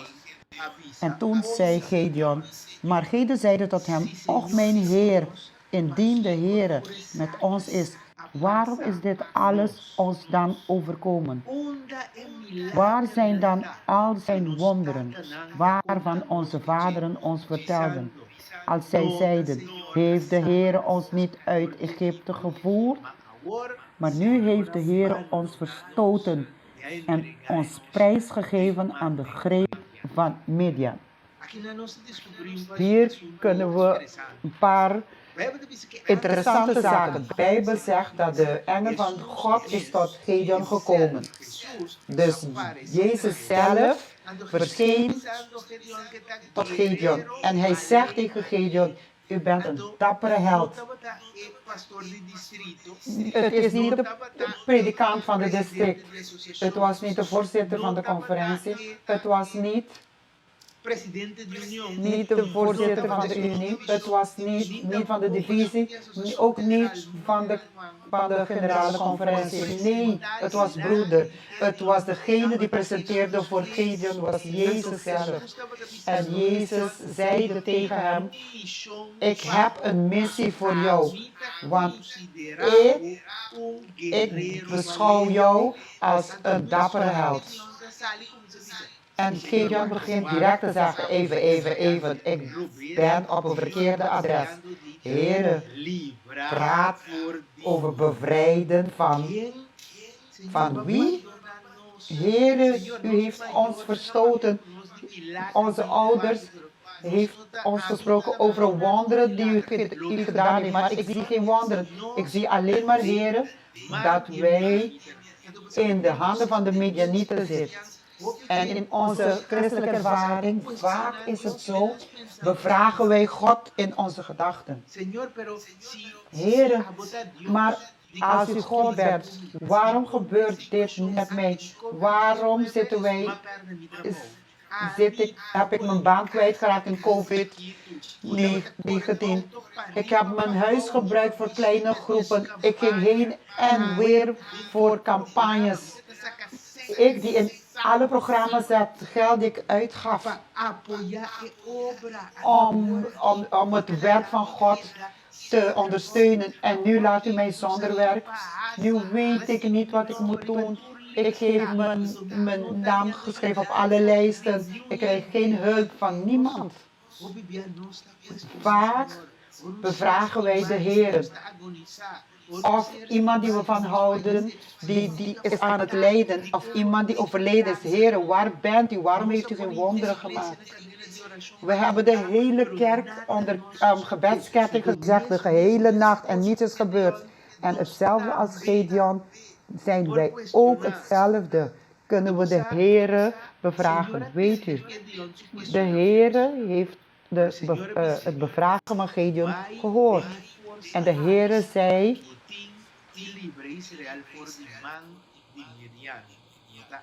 ga heen in deze uw kracht en verlos Israël uit de greep van Midian. Ik zend u immers. Weet u, broeder, God gaat niet met ons in discussie. We blijven discussiëren, argumenteren, bevragen, boos worden.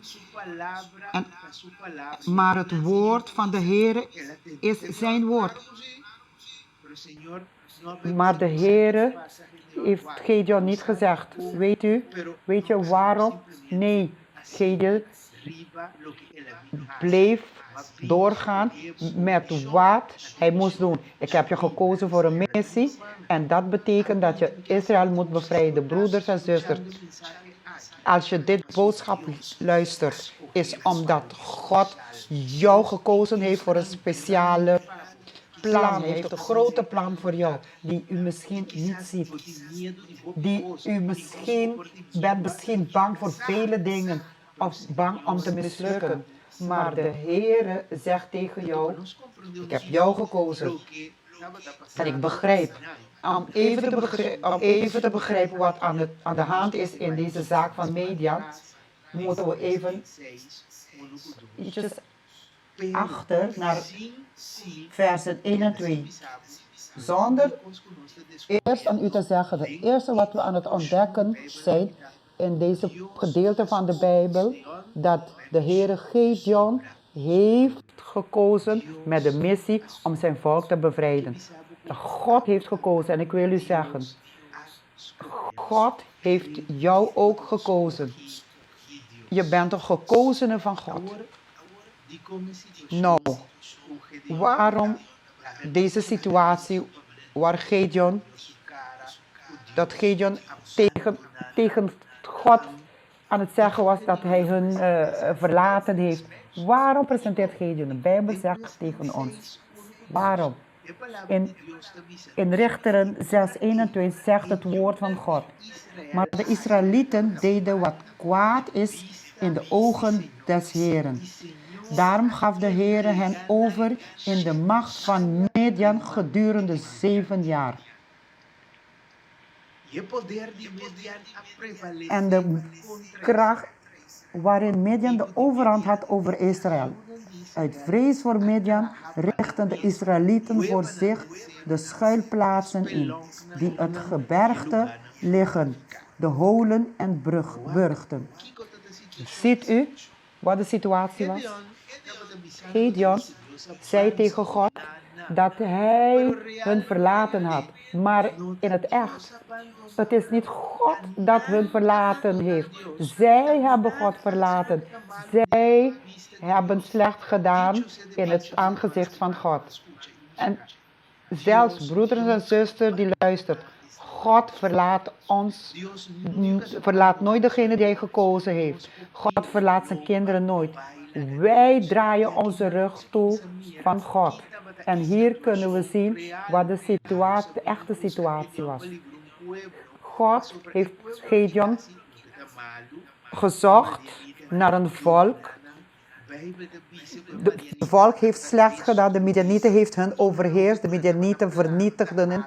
Alles wat ze planten of deden, de Midianieten kwamen als een plaag, als een pest en vernietigden alles wat Israël deed. De Israëlieten, zegt de Bijbel, ze leefden in grotten, in spelonken en burchten. Zo angstig waren ze.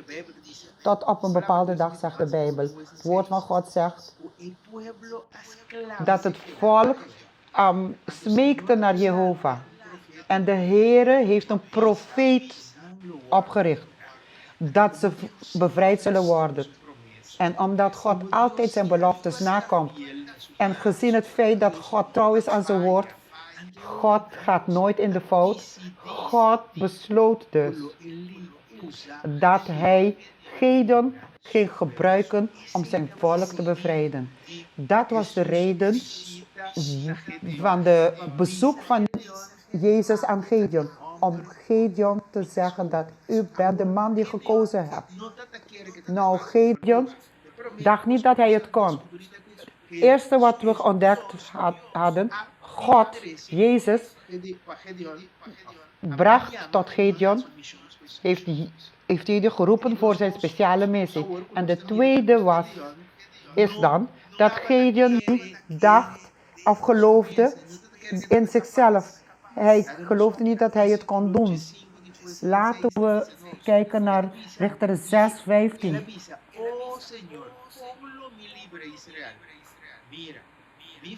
Maar hij zeide tot hem: O Heere, waarmee zal ik Israël verlossen? Zie, mijn geslacht is het geringste in Manasseh en ik ben de jongste van mijn familie. Heere, u bent bij de verkeerde adres. Heere, u bent bij de persoon die niet degene is die het kan doen. Ik kan niet degene zijn die Israël kan bevrijden. Onmogelijk, sorry Heere. Hier zien we dat Gideon geloofde niet in zichzelf. En weet u, God moest beginnen te werken aan de angst van Gideon. Vaak geloven we niet onszelf, gebaseerd op het feit dat we bang zijn om de een of andere realiteiten te confronteren. Gideon wist heel goed wat de realiteit was van wat zij hebben gedaan. Dat slecht was in de ogen van God. Want als hij wist, al de verhalen hoe God het volk heeft bevrijd van Egypte, dan wist hij ook dat het volk niet handelde volgens de weg dat God hun voorgelegd had, volgens het woord van God. Maar door zijn angst, vaak als we bang zijn van onze realiteiten, schuiven ze voorbij of we zetten ze op andere mensen. En zoals we hebben gezegd, het derde element dat heel belangrijk is, God moest beginnen te werken op de angst van Gideon, want God heeft hem gekozen. God kent het begin tot het einde. God kende zijn hart, zijn gedachten. En God wist ook dat hij de kandidaat, de exacte kandidaat, de specifieke kandidaat was om dit werk te doen. In Richter 6:25 tot 27 laat ons zien hoe God begint te werken om Gideon vooruit te laten gaan in zijn angst. De Bijbel zegt nu tegen ons: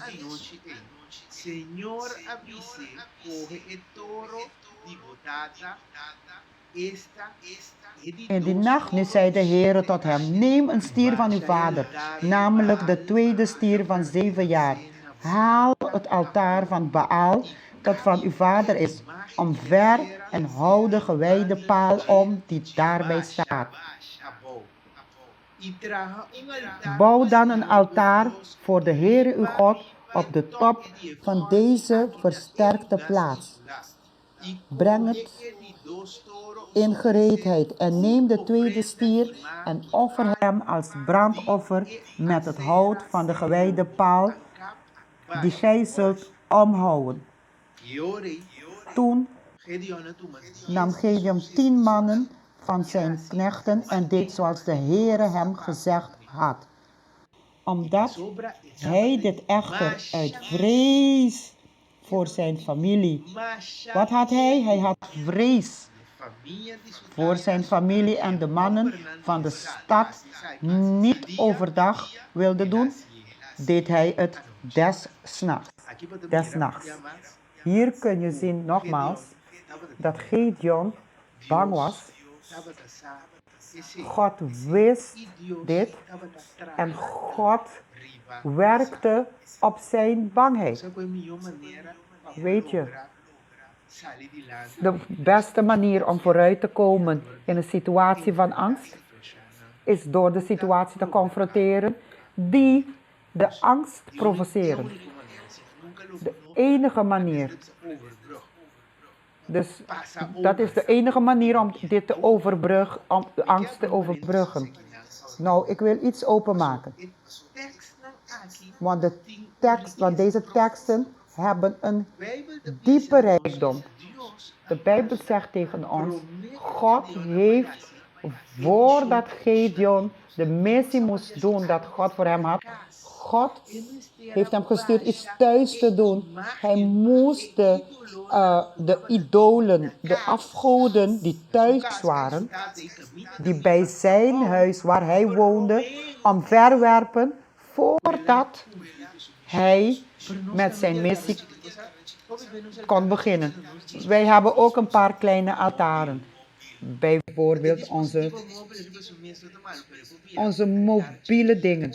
Het kan een kleine altaar worden die we niet nuttig kunnen gebruiken. Die ons geen zegen kan geven aan anderen. Dat simpelweg raak ik mijn tijd kwijt en ik zit dingen te kijken die niet correct zijn. Dat de Heer mijn aandacht moet roepen als hij in mijn mobiel kijkt, als hij in mijn computer kijkt. En dan zijn het niet altaren die we moeten omverwerpen, want vaak zijn we bang om ze omver te werpen. Omdat ik zoveel gewend zijn dat ik bang ben om ze omver te werpen. Want hoe kan ik leven zonder ze? Want ik ben gewend aan ze. Ze zijn deel van mijn leven geworden. Ze zijn in onze huis, onze luxe huizen die we hebben. Het kan ook een van de altaren hebben die we omver moeten. God wil dat we omverwerpen. Soms is onze economische status dat God wil dat we omverwerpen. Zodat we een altaar kunnen opzetten voor God. In deze nacht verbod die we hadden. Wat goed is het dat we de tijd hebben genomen om diep te analyseren. Er is nog tijd dat we analyseren wat zijn de kleine baals die we hebben in ons leven, die ons storen, dat we nog steeds niet de altaar van God in ons leven kunnen opzetten. En mogen het zo zijn dat het deze dagen die nog overblijven, dat we naar binnen kunnen kijken. Deze zijn de altaars die ik omver moet. Bijvoorbeeld roddelen, bijvoorbeeld van liegen over mensen. Deze baal van slechte naam te geven aan mensen. Ik moet deze altaar omverwerpen om een altaar voor God te zetten. Als je liegt, als je slecht praat over mensen of roddelt, als je tot heel laat zit kijken naar dingen die niet mag kijken, kun je geen altaar richten voor God. Dus God wil je roepen voor een speciale werk. Hij heeft een plan voor jou. Maar God wil ook dat hij deze altaars omverwerpen die hinderen om de altaar van de Heer in uw leven te hebben. Na Gideon, ondanks zijn bang zijn, toen hij deze altaars omvergeworpen had, het vierde wat gebeurde met hem was, God had hem bewijs gegeven dat hij in controle was. Dat de mannen konden zien dat de altaar dat omvergeworpen werd, dat er geen altaar meer was van Baal. Ze zijn boos geworden en ze hebben onderzocht wie heeft het omvergeworpen. En ze komen tot het begrip dat het Gideon was en dus zijn ze bij hem gegaan. En toen ze bij hem kwamen, zijn vader Joas kwam buiten. God is in controle, je moet het correcte doen. Ondanks het feit dat je bang bent. Ondanks dat je trilt. Ondanks dat je hart klopt tot in je keel. Maar als je besluit om te doen wat correct is in de ogen van God en hem gehoorzaamt. Als God zegt dit doen. En het woord zegt om dit te doen. En je doet het. Of het woord van God zegt en je doet dit niet te doen en je doet het niet. God komt altijd tot jou verdedigen. Gideon hoefde niet naar buiten. Zijn vader kwam naar buiten. En zei tegen iedereen dat buiten stond. En die Gideon kwam beschuldigen. En ze vroegen, laat Gideon naar buiten om hem te slaan. En hij vroeg, wilden jullie Baal verdedigen of hem bevrijden? Degenen die hem verdedigen zullen voor morgenochtend doodgaan. Als hij een God is, laat hij zichzelf verdedigen. Nou heeft iemand zijn altaar omvergeworpen. Machtig. Joas heeft hun iets gezegd dat niemand kon bevragen. Hoe ga je jouw God verdedigen als die God zichzelf moet verdedigen? Als hij God is, degene die altaar heeft omvergeworpen, moet hij mee omgaan. Mijn geliefde broeders, Gideon was bang. Nee, hij heeft het niet overdag gedaan. Maar heeft hij gedaan wat God hem gevraagd heeft? Ja. En dit zorgde ervoor dat Gideon heeft laten zien dat ik in controle ben. En als je mij gehoorzaamt, ondanks jouw angst, ik zal jouw strijden voor jou. En de vijfde kenmerk, vijfde component dat we op dit moment ontdekken, is dan dat we nu zullen ontdekken, is dan nog steeds twijfelde Gideon en was hij bang. God doet vaak dingen voor ons. God laat ons zien dat hij het is. Maar we zeggen maar nee, maar ja, maar misschien, maar de Heer weet je. En Richteren 6, 36 tot 40 zegt tegen ons hoe iemand die dat gezien heeft, dat God zijn strijd voor hem heeft gestreden, kan reageren. En hoe God met deze situaties omgaat. Wat zegt Richter 6, 36 tot en met 40 zegt. Toen zeide Gideon tot God: indien gij door mijn hand Israël wilt verlossen, zoals gij gezegd hebt, zie, ik leg een vlieswol op de dorsvloer. Wanneer er alleen op het vlies dauw zal zijn, maar het gehele land droog blijft, dan zal ik weten dat gij door mijn hand Israël verlossen wilt, zoals gij gezegd hebt. Interessant, hè? En de Bijbel zegt, en zo geschiedde het. De volgende morgen stond hij vroeg op en wrong het vlies uit. Hij perste dauw uit het vlies, een schaal vol water.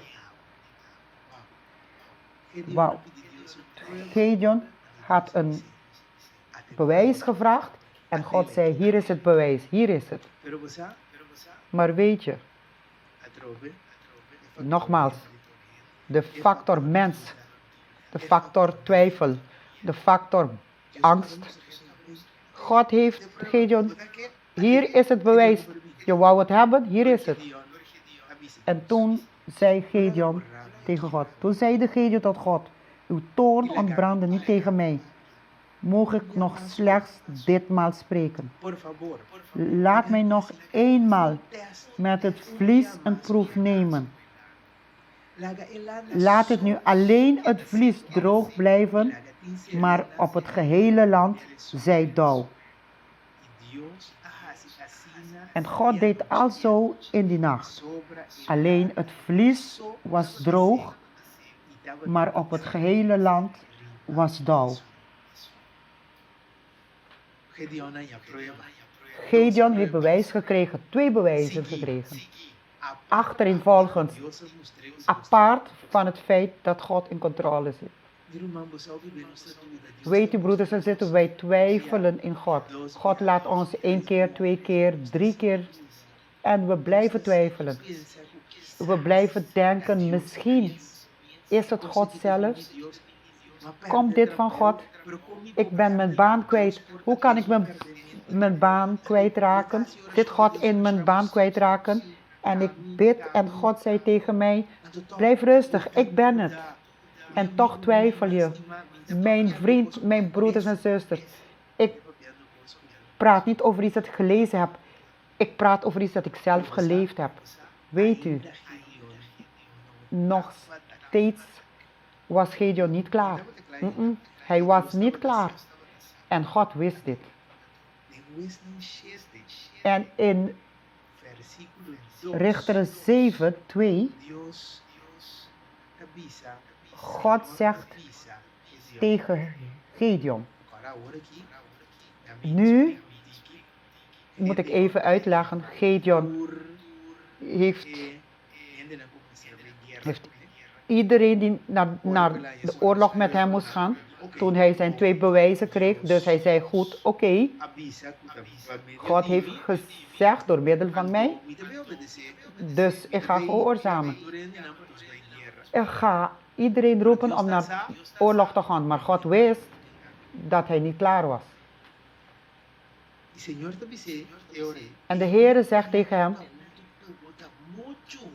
er is te veel krijgsvolk bij u, dan dat ik Midian in hun macht zou geven. Anders zou Israël zich tegen mij kunnen beroemen, zeggende: mijn eigen hand heeft mij verlost. Wauw. En toen kwam bij punt 6. God blijft werken op de angst van Gideon. Ondanks dat het leek dat Gideon oké was, toen hij besloot God te gehoorzamen en de mannen te roepen om naar oorlog te gaan. God kent de gedachten van elkeen van ons. Wij kunnen niet schuilen voor God. Als we tot God komen, moeten we bij Hem gaan op een eerlijke wijze. God is een specifieke God. En wij moeten ook specifiek zijn met God. Heer, ik ben bang. Heer, ik ben bang voor deze situatie. Heer, ik ben bang voor wat er gebeurt. Heer, ik ben bang voor de toekomst. Heer, ik ben bang. Want we kunnen onszelf voorliegen en ons leugens geloven. Maar nooit kunnen we dit met ons God doen. God houdt van ons. En God wil het beste voor ons. En God wil dat wij vooruitkomen en over onze angsten te overwinnen. Daarom in dit geval blijft hij op de angst van Gideon werken.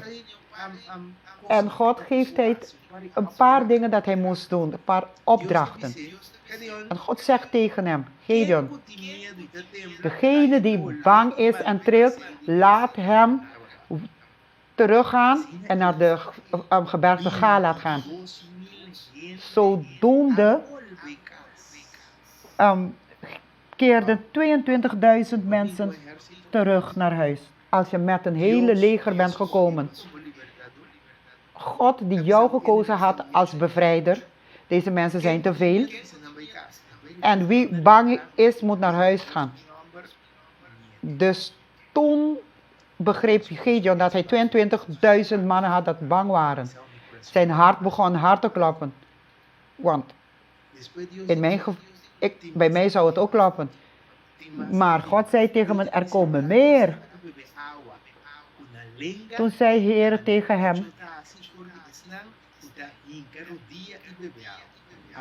ieder van u die met een tong water drinkt als een hond, moet ook naar weggaan.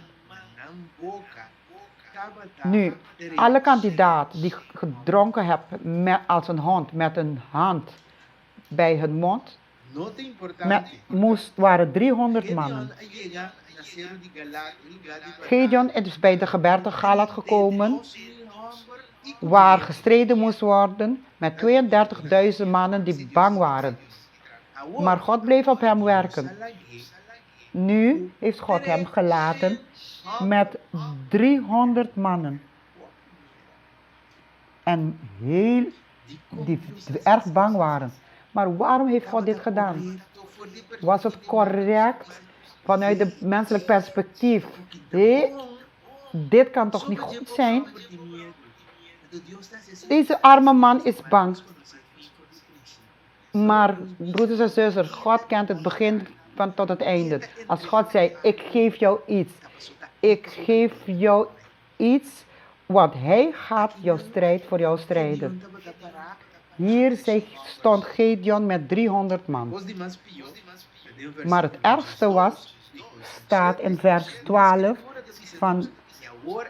van Gideon 7.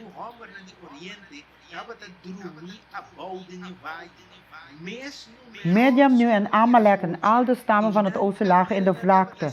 Talrijk als sprinkhanen en hun kamelen waren ontelbaar, talrijk als het zand aan de oever der zee.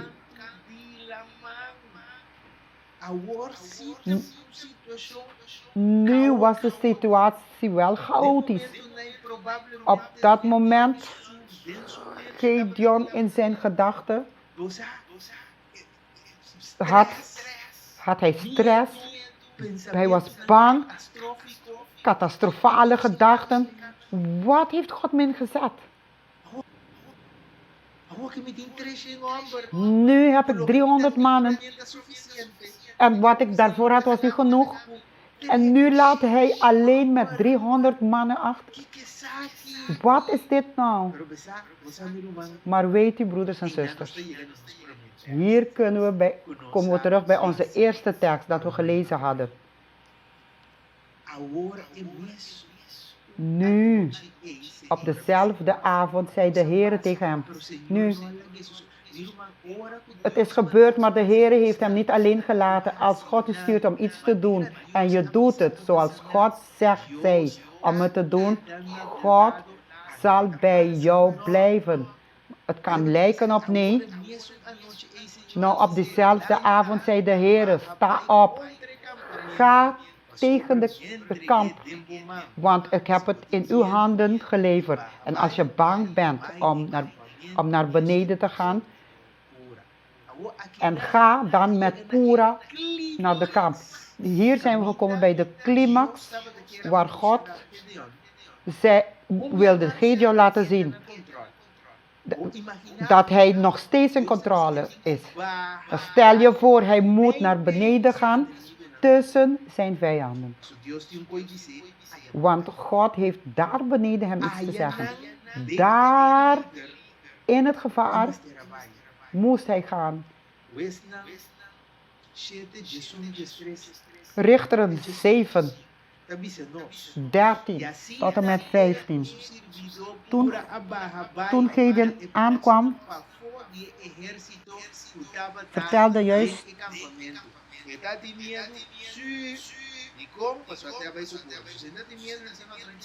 was hij bang? Ja. Want daarom is hij met Pura gegaan. Maar als hij niet bang was, was hij alleen gegaan. Dus God zei opdracht, als je met bang bent, ga met Pura. En de resultaat was, hij was bang. En toen Gideon daar kwam,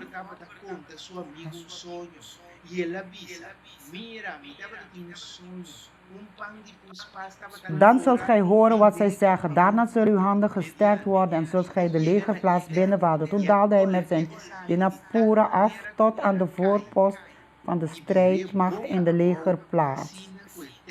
Toen Gideon aankwam, vertelde juist een man een droom aan zijn makker en zeide, ik heb een droom gehad. Zie, een gerstebroodkoek rolde de legerplaats van Midian binnen, kwam tot aan de tent, stootte die om zodat ze neerviel en keerde ze ondersteboven en daar lag de tent. Toen antwoordde zijn makker en zeide, dit is niets anders dan het zwaard van Gideon, de zoon van Joas, de Israëlieten. God heeft Midian en de gehele legerplaats in zijn macht gegeven.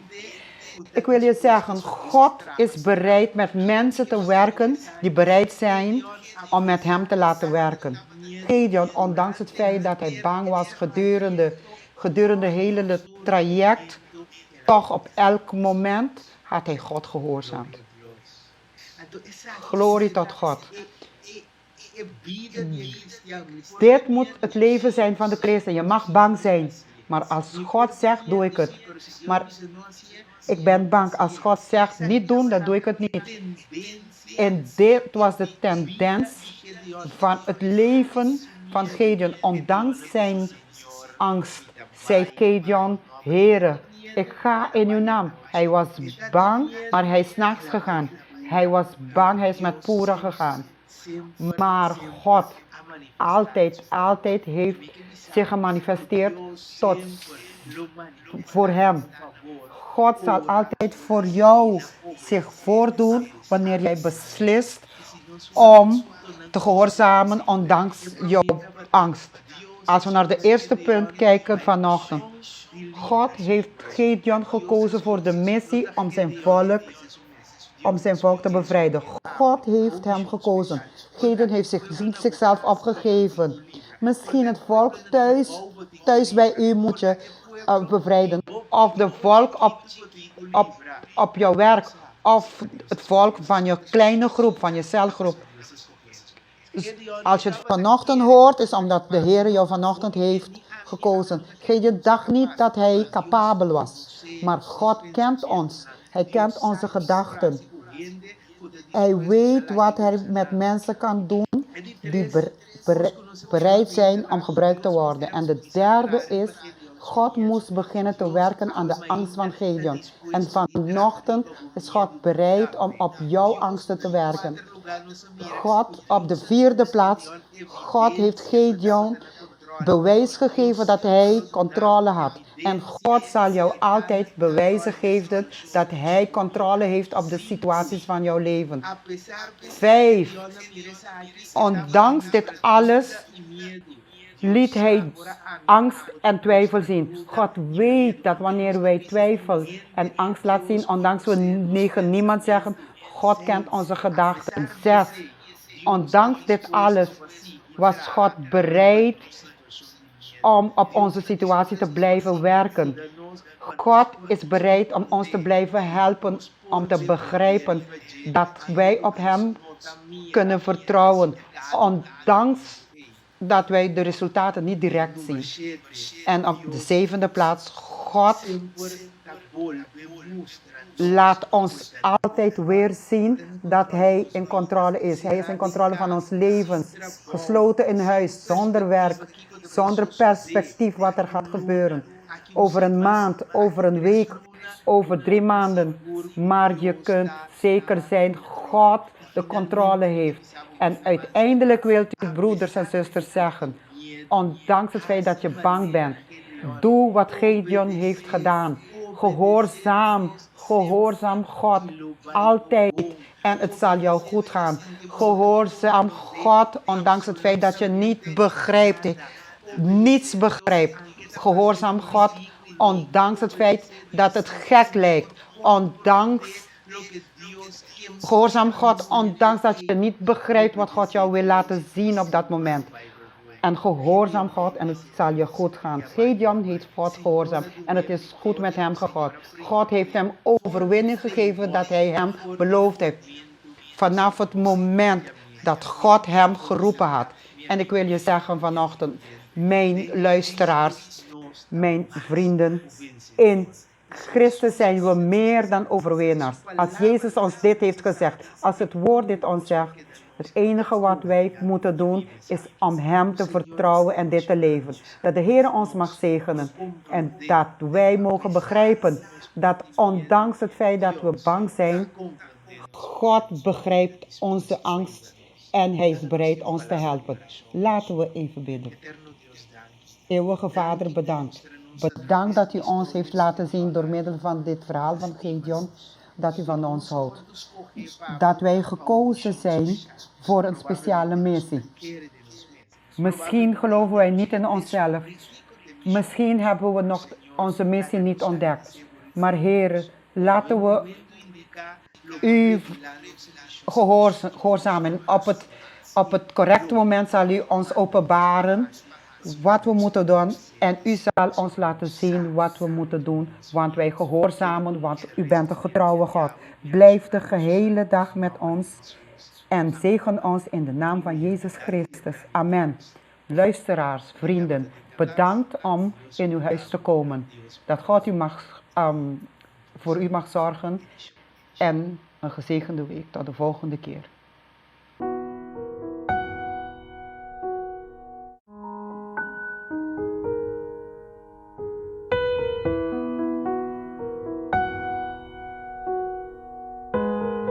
Se você escuta Deus sistema, está chamando você. Não ninguém. Botamos ouvir de Deus, não permite inimigo sabo. Botem Bible de com vontade.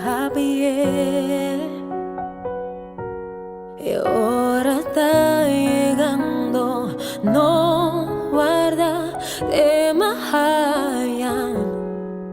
Berlong mapamundo, quizás un ting mayan. Oh, bini, mi gustiman. Oh, te escucha, usted suave de morea. Edita mitad Dios, es un cuasco huevo. Permiti mi salva paue, giusto mami ma. Din fe que por transformavo, da seguro con mi Dios.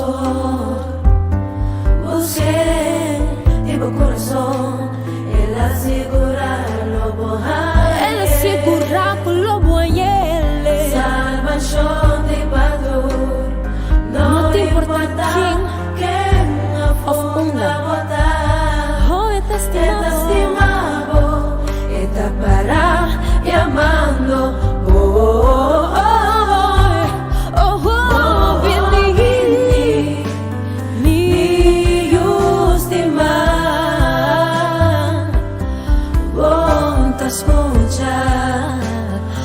Suave de morea. Oh, edita mitad Dios,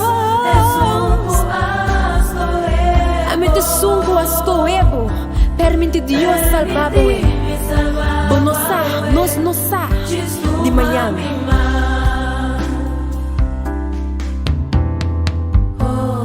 Jesus sabia lo vai para preparar lugar para nós.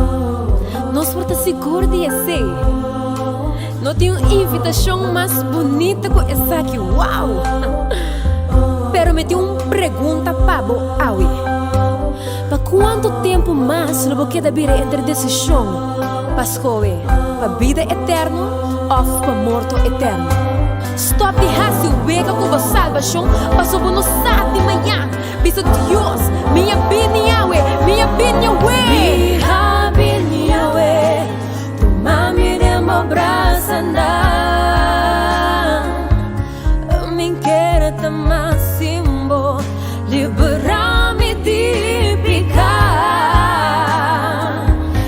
Inimigo que arrancar-me foi bom, toma controle, Deus.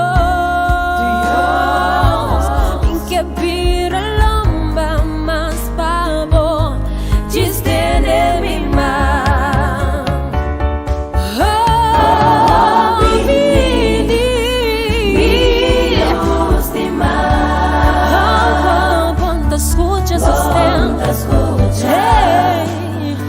Suave de morea. Edita mitad Dios, dame te sumo ascoebo. Permiti salvar o epa sobo no sa. No sa de manhã. Desuma, Los está bien delante no Dios, nos está entregado nos corazón, nos de mañana, oh Dios, agua nos está entregado, nos está bien delante no Dios, nos está entregado nos corazón, permite salvar diz tu mais uma.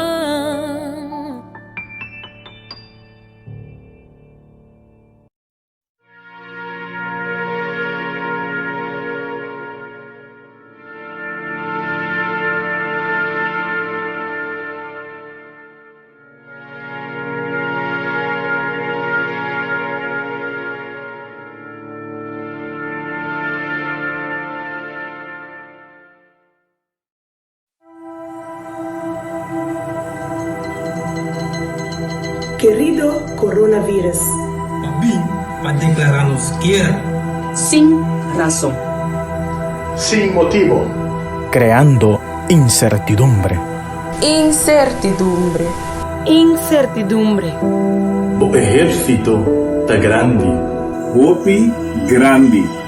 Bota tur caminda. Aunque nos não por miravo.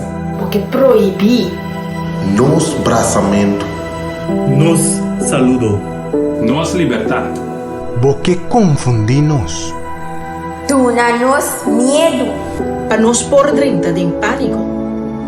Querido coronavírus. Lagami. Pisabo. Como no por véncenos. Nos ejército está más grande. Nos tem fé. Nos tem esperança. Nos te ayuda a otro. Nos tem paz. Mas sobre nós, tá querer em Deus. Respeita. Mi amigo Dan. Mi vizinha. Respeta nos família. Están enfermo. Están débil. Nos médico. É enfermeira. Nos heroína. Verdadero héroe. Nos a confia em Deus. Está na controle. Dios está na controle. Deus está no controle. Querido coronavírus. Deus está no controle. Denje mi confianza. Dios está na controle. Querido coronavírus. Deus está na controle.